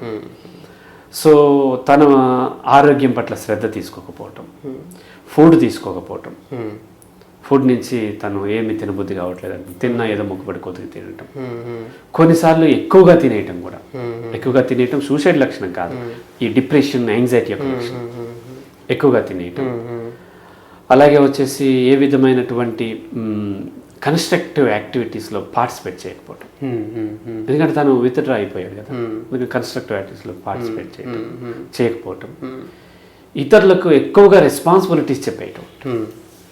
నువ్వు ఇలా ఉంటే పైకి వస్తావు, అలా ఉంటే పైకి వస్తావు అని చెప్పటం. ఎక్కువగా నవ్వటం కూడా, ఎక్కువ హ్యాపీగా ఉన్నట్టు, లేని హ్యాపీనెస్ చూపిస్తూ ఇటువంటి అన్నీ కూడా మనము ఆ పెయిన్లో ఉన్నారు, వీళ్ళు సూసైడ్ చేసుకునే అవకాశం ఉందని మనం గుర్తించవచ్చు. రైట్. సో ఇన్స్టెంట్గానే జరగవచ్చు. సూసైడ్ అనేది ఇన్స్టెంట్గానే జరుగుతుంది. ఇక్కడ భయం వేస్తే ఎవరికి సూసైడ్ ఓసిడి ఉన్న వాళ్ళు సంవత్సరాలుగా సూసైడల్ ఓసిడితో బాధపడుతున్నారు, అదే థాట్ వాళ్ళలో తిరుగుతూ ఉంది. వాళ్ళని చూసి ఆ అమ్మాయి అక్కడి దాకా వెళ్ళి సడన్లీ బాబును వదిలేసి దూకేసింది సార్ అంటే ఆమె సూసైడ్ చేసుకోవాలని వచ్చింది కదా, ఎప్పటి నుంచో సూసైడ్ చేసినా అప్పటిదాకా పెయిన్లో ఉంది. ఆ టైంలోనూ లేకపోతే 1 hour బిఫోరో తను ఏమనుకుందంటే దీనికంటే చనిపోవటం బెటర్ అనుకుంది తప్ప కొన్ని నెలలు సంవత్సరాల నుంచి తను చనిపోవాలి మీరు చనిపోవటం చాలా ఈజీ కదా, చాలా ఈజీ, ఇది మినిట్స్లో అయిపోతుంది ఏదో ఒకటి. కాబట్టి దీనికోసం పెద్దగా ఆలోచించి కొన్ని సంవత్సరాలుగా ప్లాన్ చేయాల్సిన అవసరం లేదు. రైట్. ఏదో ఐఐటికి ప్రిపేర్ అయినట్టుగా ప్రిపేర్ అవ్వాల్సిన అవసరం లేదు. సో మీరు చెప్తా ఉంటే నాకు ఒక ఎక్సెప్షనల్ కేసు గుర్తొస్తుంది. అంటే బేసిక్గా నా పర్సనల్ లైఫ్లో నా ఫ్రెండ్కి ఫ్రెండ్ అనమాట. సో సూసైడ్ ఇన్స్టెంట్ అని మనం ఏదైతే అనుకుంటామో దానికి ఆపోజిట్ మేబీ కొంత అవుట్లయర్స్ ఉంటాయి, కానీ అసలు వాళ్ళ సైకాలజీ ఏంటంటే అండర్స్టాండ్ చేసుకోవడం కోసం అడుగుతున్నాను మిమ్మల్ని. సో తనకి లవ్ ఫెయిల్యూర్ అయింది. సో చాలా డిప్రెషన్లో ఉన్నాడు. సో ఈ వన్ ఫైన్ డే ఈ డిసైడెడ్ టు డై. ఆ డే మనకి ఎప్పుడు తెలియదు, మనకి చెప్పలేదు కదా. బట్ తను ఏం చేశాడంటే చాలా రీసెర్చ్ చేసి సైనైడ్ ఎట్లా తయారు చేస్తాడో కనుక్కొని సైనైడ్ కోసం చాలా తిరిగి దాన్ని ఓన్గా ప్రిపేర్ చేసుకొని ఒకరోజు చనిపోయాడు. దానికి ఒక 1-2 months పట్టింది. సో అంటే ఈ కాంటెక్స్లో తన మైండ్ సెట్ని ఎట్లా అర్థం చేసుకోవాలి అంటే మనం జనరల్గా ఉండేవి మనం అనలైజ్ చేస్తాం స్పెసిఫిక్గా. అందుకే నేను అవుట్లయర్ అన్నాను. సో అవును, కొంతమంది అటు ఇటు ఉండే వాటిని మనము జనరలైజ్ చేయట్లేదు. ఇప్పుడు అతను ఒక స్పెసిఫిక్ మైండ్ సెట్ ఏంటి అని అంటే, ఇప్పుడు లవ్ ఫెయిల్యూర్ అయి చనిపోవటం అంటేనే యాక్చువల్గా ఆ ఇండివిజువల్ మానసికంగా కరెక్ట్గా లేడు. లవ్ ఎలా ఫెయిల్ అవుతుంది? లవ్ ఫెయిల్ కాదు, రిలేషన్షిప్ ఫెయిల్ అయింది. సో అతనికి ఒక కోరిక ఉంది, ఒక అమ్మాయి ఎవరో తనని ఇష్టపడాలి, తనని పెళ్లి చేసుకోవాలని కోరిక ఉంది, అది నెరవేరలేదు. అక్కడి నుంచి తను స్పాంటేనియస్ సూసైడ్ చేసుకోవడం బోల్డెన్ మార్గాలు ఉన్నాయి. సైనైడ్ తయారు చేసి అంత రీసెర్చ్ చేసేవాడు బ్రతకడం ఈజీ. యాక్చువల్ అనేకం తయారు చేయవచ్చు, తను బ్రతకడం చాలా ఈజీ. కానీ తను ఒకటి నమ్ముతున్నాడు ఏంటంటే, ఆ అమ్మాయి తను ప్రేమించకపోతే తను వేస్ట్ అనేటువంటి. ఆ క్రమంలో తను ఒక ఆ చావులో కూడా తన గొప్పతనము, తన యొక్క ఏంటి ఆదర్శతత్వం, అంటే చాలా మంది లవ్ ఫెయిల్ ఐడియలిజం. సో అదే చనిపోయే ముందు కూడా అందరికి డబ్బులు ఇవ్వడము, అందరికి ఇచ్చే వాళ్ళందరికి, అంటే చాలా మంది చావు తర్వాత తనని ఏమనుకుంటారు అనేది ఒక గొప్పగా అనుకోవాలి. అలాగే తను ప్రేమని రిజెక్ట్ చేసిన అమ్మాయి కూడా ఒక రీగ్రెట్ ఫీల్ అవ్వాలి, ఒక మంచి వాడిని మిస్ అయ్యాను అనుకోవాలి, నా ప్రేమ నిజమైన ప్రేమ అనుకోవాలి అనేటువంటి ఆ ఆశ వలన తను ఇంత ప్రిపేర్ చేసి, యాక్చువల్ తను చనిపోవాలని లేదు, తన ఫెయిల్యూర్ని ఒక లెసన్ టీచ్ చేయాలి. తను రిజెక్ట్ చేసిన సమాజము, లేకపోతే తను రిజెక్ట్ చేసిన అమ్మాయో, లేకపోతే ఇంకొకరో తనను ఒక మంచి వ్యక్తిని కోల్పోయామని బోరును ఏడవాలి అనే కోరిక వలన, గుణపాఠం ఆ కోరిక వలన తన రీసెర్చ్ అంతా చేసి తనకి అప్పుడు ఆ అటెంప్ట్ చేసి లేటెస్ట్ స్టాప్ చేసి. సో మనం డిస్కషన్ ఆత్మహత్యల రకాలు నుంచి స్టార్ట్ చేసి తర్వాత కారణాలు, తర్వాత చుట్టూ ఉన్న సమాజం గురించి డిస్కస్ చేసుకున్నాం కదా. ఇప్పుడు ఏదైతే ఈ చుట్టూ ఉన్న సమాజం ఎట్లా రెస్పాండ్ అవ్వాలి, అట్లాంటి ఇప్పుడు మనం సైన్స్ ఐడెంటిఫై చేసినాక తను డిస్కనెక్ట్ అవుతున్నాడు, వేటికి రెస్పాన్స్ ఇవ్వలేకపోతున్నాడు, లేదంటే అతిగా ఏదైతే సైన్స్ చెప్పారో వాటిలో ఐడెంటిఫై చేసినాక దాన్ని ఎట్లా డీల్ చేయాలా, చుట్టుపక్కల ఉన్న ఏదైతే సమాజం, వాళ్ళ పేరెంట్స్ అయినా, సిబ్లింగ్స్ అయినా, ఫ్రెండ్స్ అయినా, ఎవరైనా ఎట్లా డీల్ చేయాలి దాన్ని? ఏ వ్యక్తి జీవితంలోనైనా ఫెయిల్యూర్స్ ఉంటాయి. ఒక్కొక్కసారి అది పెద్దది అవ్వచ్చు, ఒకసారి చిన్నది అవ్వచ్చు. ఎగ్జామ్ ఫెయిల్ అవ్వచ్చు, లేకపోతే మొత్తం అంతా కూడా ఫెయిల్ అవ్వచ్చు, తను ప్రేమించిన అమ్మాయి రిజెక్ట్ చేయవచ్చు, లేకపోతే చనిపోవచ్చు, తన పార్ట్నర్ చనిపోవచ్చు, తన ఒకగానొక బిడ్డ చనిపోవచ్చు, ఒకసారి సూసైడ్ చేసుకుని కూడా చనిపోతూ ఉంటాడు. ఈ అన్ఎక్స్పెక్టెడ్ సడన్ చేంజెస్ వచ్చినప్పుడు, లేదా లాంగ్ రన్ నుంచి డిప్రెషన్ ఆర్ యాంగ్జైటీ మిగతా వాటితో అప్పుల్లోనూ ఇంకో దాంట్లో బాధపడుతున్నప్పుడు వాళ్ళు సూసైడ్ డెసిషన్ తీసుకునేటువంటి అవకాశం ఉంది. ఈ సైన్స్ కనిపించిన ఆరు మనకి ఏమన్నా అనుమానం వచ్చినా మొదట అంటే ఇమీడియట్గా మనం చేయాల్సింది ఏంటంటే వాళ్ళని ఒంటరిగా వదలకూడదు. రైట్. సూసైడ్ చేసుకునే వాళ్ళు ఎప్పుడు కూడా ఒంటరిగా తన యొక్క పరిచయస్తుల నుంచి దూరంగా వెళ్ళిపోయి ఎక్కడో చేసుకోవాలని చూస్తారు. ఇప్పుడు ఈ నారాయణగూడ హిమాయత్ నగర్లో ఫ్యామిలీ ఉంటే ఎక్కడికో వెళ్ళిపోయి గండిపేటకో వెళ్ళి లేకపోతే హుస్సేన్ సాగర్కో వెళ్ళి దూకాలనుకుంటాడు. లేకపోతే ఒక్కడే ఉన్నప్పుడు ఆ రూమ్లో తను ఊరిపోసుకోవాలనుకుంటాడు. ఎందుకు ఎక్కువ మంది ఉంటే వాళ్ళు వచ్చేసి కాపాడేసే అవకాశం ఉంది. రైట్.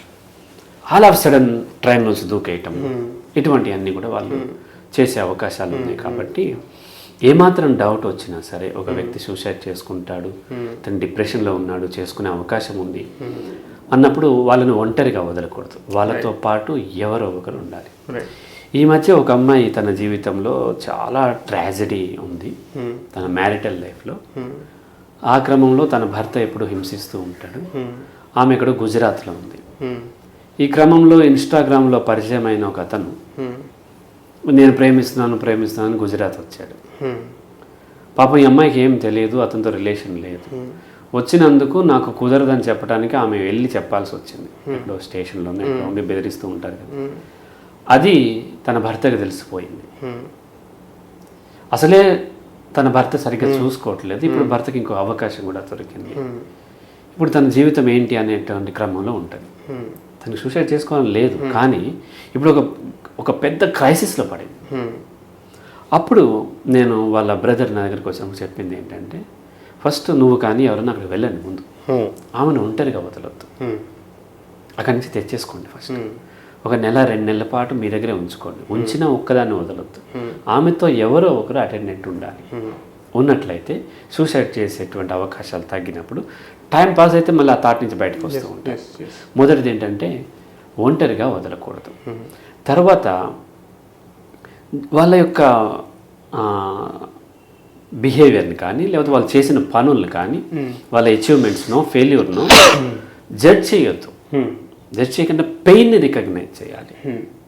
చాలామంది ఏం చేస్తారు, మనం ఇంతకుముందు చెప్పినట్టు ఉన్నాం ఒక దాంట్లో, దాని రూట్ కాజ్ ఇర్రేషనల్ కావచ్చు, పెయిన్ నిజం. రైట్. ఆ పెయిన్ని మనం రికగ్నైజ్ చేసి పెయిన్ని మనం ఎకనాలజ్ చేసినట్లయితే అప్పుడు వాళ్ళకి రిలీఫ్ వస్తుంది. అట్లా కాకుండా ఏం చేస్తారంటే ఈ మాత్రం దానికి ఇట్లా చేసేయాలా, అట్లా చేయాలా, లేకపోతే ఈ మాత్రంగా చచ్చిపోతామా, ఇట్లా జడ్జ్ చేస్తూ ఉంటారు. వాళ్ళకేం చనిపోవాలని లేదు, ఇంతకంటే పెద్దవి వచ్చినప్పుడు కూడా వాళ్ళు చనిపోలేదు. కానీ ఆ బిహేవియర్ని కానీ లేకపోతే ఆ ఫెయిల్యూర్ని కానీ ఆ సక్సెస్ని కానీ ఏదైతే ఉందో, లేకపోతే ఇతరుల సక్సెస్ని కానీ ఆ జరిగిన ఇన్సిడెంట్ని ఏదైతే ఉందో దాన్ని పట్టుకుని వీళ్ళని జడ్జ్ చేస్తూ ఉంటారు. అలా జడ్జ్ చేయకుండా పెయిన్ని రికగ్నైజ్ చేసి, ఒక గుడ్ సైకాలజిస్ట్ ఎప్పుడైనా తన దగ్గరకు వచ్చేటువంటి క్లయింట్ యొక్క పెయిన్ని రికగ్నైజ్ చేస్తాం, ఎకనాలజీ చేయాలి. నీకు పెయిన్ ఉంది, ఆ పెయిన్ నేను గుర్తిస్తున్నాను, ఆ పెయిన్ను బయటపడే మార్గాలు ఏంటో మనం చూస్తున్నాము, దాంతో మన ఇద్దరం ట్రై చేస్తున్నాము అని అవసరమైతే వాళ్ళ లెవెల్లో ఉండాలి. ఆ మూడు కూడా. మనకి ఎవరైనా చనిపోతే కొంతకాలం పాటు సూతకము ఏదో అంటారు కదా, శుభకార్యాలు చేయొద్దు అంటారు. ఎందుకు అంటున్నారు అని అంటే, ఇప్పుడు చనిపోయిన వాళ్ళ దగ్గర పెయిన్ ఉంటుంది, ఆ పక్కనే ఎవరన్నా పెద్ద డీజే పెట్టుకుని బర్త్డే చేస్తే వీళ్ళకి ఏమవుతుంది, చాలా డిస్టర్బ్డ్గా ఉంటుంది. వాళ్ళు చాలా హ్యాపీగా ఉన్నారు, నా లైఫ్ ఎందుకు ఇట్లా అయిపోయింది అనే థాట్ వచ్చే అవకాశం ఉంటుంది. కాబట్టి వాళ్ళు ఏం చేస్తారు, ఆ చుట్టుపక్కల ఉన్న వాళ్ళు లేకపోతే బంధువులు వాళ్ళు దాన్ని కొంత మినిమైజ్ చేసి తక్కువ సెలబ్రేషన్ చేస్తారు. అలాగే శవం ఎదురొస్తే ఇది చేయొద్దు అది చేయొద్దు అని చెప్తూ ఉంటారు. సో శవం ఎదురొచ్చినప్పుడు అది చేయొద్దు ఇది చేయొద్దు అని చెప్తూ ఉంటారు. ఎందుకు అంటే ఆ శవంతో పాటు బాధలో వస్తున్నప్పుడు వీళ్ళు పెద్ద డీజేలు పాడుకుంటూ వెళ్తానో లేకపోతే ఏదో భక్తితోనో ఏదో చేస్తూ ఉన్నప్పుడు ఈ రెండు కాంట్రడిక్టరీ ఉంటాయి. కాబట్టి వాళ్ళు ఇంకా ఇబ్బంది పడతారు. కాబట్టి మనం కొంత సైలెన్స్ వహిస్తున్నాం. సేమ్ అంతే, బాధలో ఉన్న ఏ వ్యక్తికైనా సరే ఆ వ్యక్తి ముందు మనము నేను చాలా కాన్ఫిడెంట్గా ఉన్నాను, నాకులాగా నువ్వెందుకు లేవు, నువ్వు కూడా నవ్వుకుంటూ ఉండాలి, నేను చూడు ఎట్లున్నాను అది ఇది అన్నప్పుడు వాళ్ళు ఏమవుతుంటే ఇన్ఫీరియర్ గురవుతారు. కాబట్టి వాళ్ళ లెవెల్కి పోయి వాళ్ళలాగా బాధపడ అనట్లేదు, వాళ్ళ బాధను గుర్తించి బాధని పంచుకోవటం, బాధను పంచుకోవడం జస్ట్ మాట్లాడటమే కాదు, వాళ్ళ యొక్క ఎంపతితో వాళ్ళ మూడ్లో ఉండటం, దాదాపుగా ఉండకపోయినా దానికి ఆపోజిట్ మూడ్లో ఉండకపోవటం. మన న్యూట్రల్ ఉన్నట్లయితే ఏమవుతుందంటే, ఇప్పుడు సపోజ్ యాసిడ్ బేస్ ఉంటుంది, ఇప్పుడు న్యూట్రల్లో ఉన్న దగ్గరికి యాసిడ్ కలిపినప్పుడు కొంత అది డైల్యూట్ అవుతుంది. అలాగే బాధలో ఉన్న వాళ్ళని మన న్యూట్రల్లో ఉంటే కొంత డైల్యూట్ అవుతుంది. మనం దాని ఆపోజిట్ ఉన్నాం అనుకోండి, మరింత పించింగ్గా ఉండే అవకాశం ఉంటుంది. కాబట్టి ఆ విధంగా వాళ్ళతో ఎంపతితోని, సింపతి కూడా కాదు. సింపతి అంటే ఏమవుతుంది, నేను బాగానే ఉన్నాను, నువ్వు బాగోలేదు. ఎంపతి అంటే మన ఇద్దరం ఒకటే, నీకు బాధ నాకు బాధ వస్తుంది, ఈరోజు నీకు బాధ ఉండొచ్చు, రేపొద్దు నాకు కూడా బాధ వస్తుంది, నేనేం నీకు హెల్ప్ చేయట్లేదు, నీతో పాటు ఉంటున్నాను, అలాగే నువ్వు కూడా రేపు నాతో పాటు ఉంటావు. మనం అనే ఫీలింగ్, నేను నువ్వు పోయి మనం అనే ఫీలింగ్తో ఉన్నప్పుడు వాళ్ళు కొంత ఆ పెయిన్ తగ్గినప్పుడు సూసైడ్ అటెంప్ట్స్ తగ్గుతూ ఉంటాయి. దీంతో పాటు ఇంకొక నాకు అనిపించింది ఏంటంటే, ఇంట్రెస్టింగ్ అనిపించింది ఏంటంటే, సో మీరు నేను చదివాను, స్కాండినేవియన్ కంట్రీస్ లాగా కానీ కొన్ని డెవలప్డ్ కంట్రీస్లో చాలా ఈ సూసైడ్ రేట్స్ తక్కువ ఉంటాయి comparatively developing countries, under developed countries. So ఆ కాంటెక్స్ట్లో సో మన కంట్రీకి సంబంధించి ఎట్లా ఉండాలి అంటే, మన ఎకోసిస్టమ్ ఎట్లా ఉంటే బాగుంటుంది ఈ సూసైడ్స్ని ప్రివెంట్ చేయడానికి అన్న దాంతో గురించి మాట్లాడదాం. Right. So world health organisation ఇచ్చినటువంటి రిపోర్ట్స్లో కూడా ఏం చెప్తుంది అంటే, ఎక్కువ suicides 75% suicides middle level and లో లెవెల్ ఇన్కమ్ ఉన్న కంట్రీస్లో జరుగుతూ ఉంది అని జరుగుతుంది అని చెప్పి. డెవలప్డ్ కంట్రీలో జరుగుతుందా అంటే జరుగుతూ ఉండొచ్చు, బట్ తక్కువ ఉంటుంది. అయితే ఎందుకు ఇలా జరుగుతూ ఉన్నాయంటే, సూసైడ్ అనేది ఎమోషనల్. యాక్చువల్గా ఏదో ఫిజికల్ పెయిన్తో సూసైడ్ చేసుకోవట్లేదు, లేదా డబ్బు లేదని సూసైడ్ చేసుకో. చాలామంది డబ్బు లేక సూసైడ్ చేసుకున్నారు, అట్లా చేసుకోవాలి. డబ్బు లేకపోవటం వలన పరువు పోతుందేమో అని భయం. అది మళ్ళీ సమాజము సైకలాజికల్గా కావచ్చు, మానసికంగా సమాజాన్ని చూసే విధానంలో తేడా వచ్చింది అనమాట. అయితే ఎప్పుడైతే మనిషి, అది ఏ దేశంలో అయినా ఏ మనిషి అయినా, తను ఆర్థికంగా ఎదిగే కొద్దీ ఏమవుతుందంటే, ఈ సోకాల్డ్ వాల్యూస్ ఏవైతే ఉన్నాయో, బిలీఫ్ సిస్టంలో ఉన్న వాల్యూస్ పేరుతో మన మీద రుద్దబడుతున్నాయి ఏవైతే ఉన్నాయో, రిచువల్స్ కానీ ఇటువంటి ఏవైతే ఉన్నాయో, అవి కూడా వాటిని పాటించడం కూడా తగ్గిపోతూ ఉంటుంది.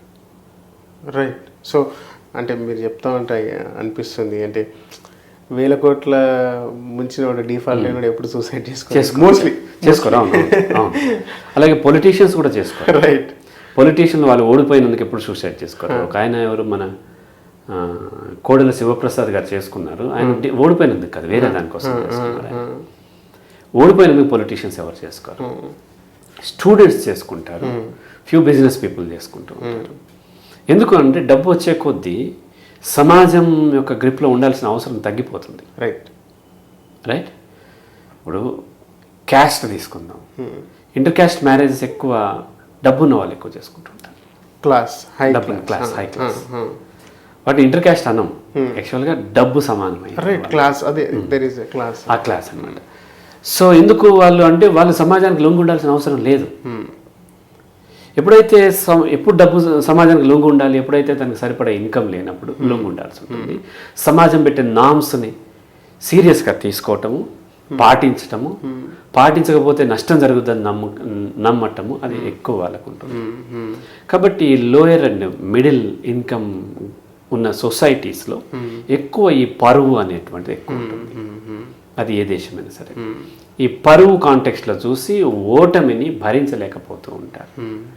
ఓటమి ఉంటే తనకి లైఫ్ ఉండదనే భయం చేత ఈ దేశాల్లో, ఎక్కడైతే లోయర్ ఇన్కమ్ ఉన్నటువంటి దేశాల్లో ఎక్కువగా సూసైడ్ జరిగేటువంటి అవకాశం ఉంది. అల్టిమేట్గా దేశం ఏదైనా సమాజం, లోయర్ ఇన్కమ్ దాంట్లో ఎక్కువ మంది సమాజంలో మిడిల్ అండ్ లోయర్ ఇన్కమ్ ఉన్న వాళ్ళు ఉన్నారు. కాబట్టి వీళ్ళు ఎక్కువ పరువు అనే కాంటెక్స్లో చూడటం వలన మత విశ్వాసాలు కూడా ఎక్కువ వాళ్ళకే ఉంటాయి. బాగా డబ్బు సంపాదించిన వాళ్ళకంటే మత విశ్వాసాలు కూడా వాళ్ళకే ఉంటాయి. సమాజం యొక్క ప్రభావం కూడా వాళ్ళ మీద బలంగా వాళ్ళ మనసుల మీద ఉంటుంది. కాబట్టి వాళ్ళు ఓడిపోయినప్పుడు ఎక్కువగా డిప్రెస్ అయిపోయి లేదా భయపడిపోయి సూసైడ్లు చేసుకునే అవకాశాలు ఉన్నాయి. రైట్. సో మొత్తానికి ఒకసారి గుర్తు చేసుకుంటే, ఆత్మహత్యలు 5 రకాల ఆత్మహత్యలు ఉంటాయి. ఒకటి మానసిక సంబంధించింది, సైకలాజికల్, దాంతోపాటు సైకియాట్రిక్ ఏదైతే స్కిజోఫ్రెనియా వీటికి ఈ కేటగిరీకి సంబంధించింది. థర్డ్ వన్ ఆల్కహాల్ అబ్యూస్ కానీ, డ్రగ్ అబ్యూస్ కానీ, కెమికల్ అబ్యూస్ కానీ దీనికి సంబంధించింది. ఫోర్త్ వన్ ఈ భయపెట్టాలి, లేదంటే ఎదుటి వాళ్ళని ఏమంటారు వాళ్ళ అటెన్షన్ గ్రాప్ చేయాలన్న దాంట్లో వచ్చి వాళ్ళే ట్రాప్లో పడిపోయి సూసైడ్ చేసుకున్నాం. Fifth one philosophical suicide. So ఇది రకాలతో స్టార్ట్ చేసి ఆత్మహత్యలకి తర్వాత సొసైటీ రోల్ కూడా చాలా మాట్లాడుకున్నాం. తర్వాత వాళ్ళు సైన్స్ ఏదైతే ఎట్లాంటి హింట్స్ ఇస్తూ ఉంటారు, వాళ్ళు డిస్కనెక్ట్ ఉండడము, మాట్లాడకపోవడము, శూన్యంలో చూస్తుంటారు కానీ కాన్సన్ట్రేషన్ వేరే దగ్గర ఉండడము, లేదంటే హైపర్ యాక్టివ్గా ఉండడము, అసలు తినకపోవడము కావచ్చు, ఈ యాంగ్జైటీ డిప్రెషన్ ఉన్న వాళ్ళు చాలా ఎక్కువ తినడం, ఇట్లాంటి రకరకాల సైన్స్ ఇవ్వడం ఇదొకటి. దాంతోపాటు చుట్టూ ఉన్న వాళ్ళు ఎట్లా డీల్ చేయాలనేది, అంటే నాన్ జడ్జ్మెంటల్గా ఉండాలి, ఒంటరిగా వదిలేయద్దు, వాళ్ళని అర్థం చేసుకోవాలి, ఎంపథెటిక్గా ఉండాలి. సో వీటన్నింటి ద్వారా మనం కొంతవరకు అడ్రస్ చేయొచ్చు అన్నట్టు తెలుసుకున్నాం. రైట్.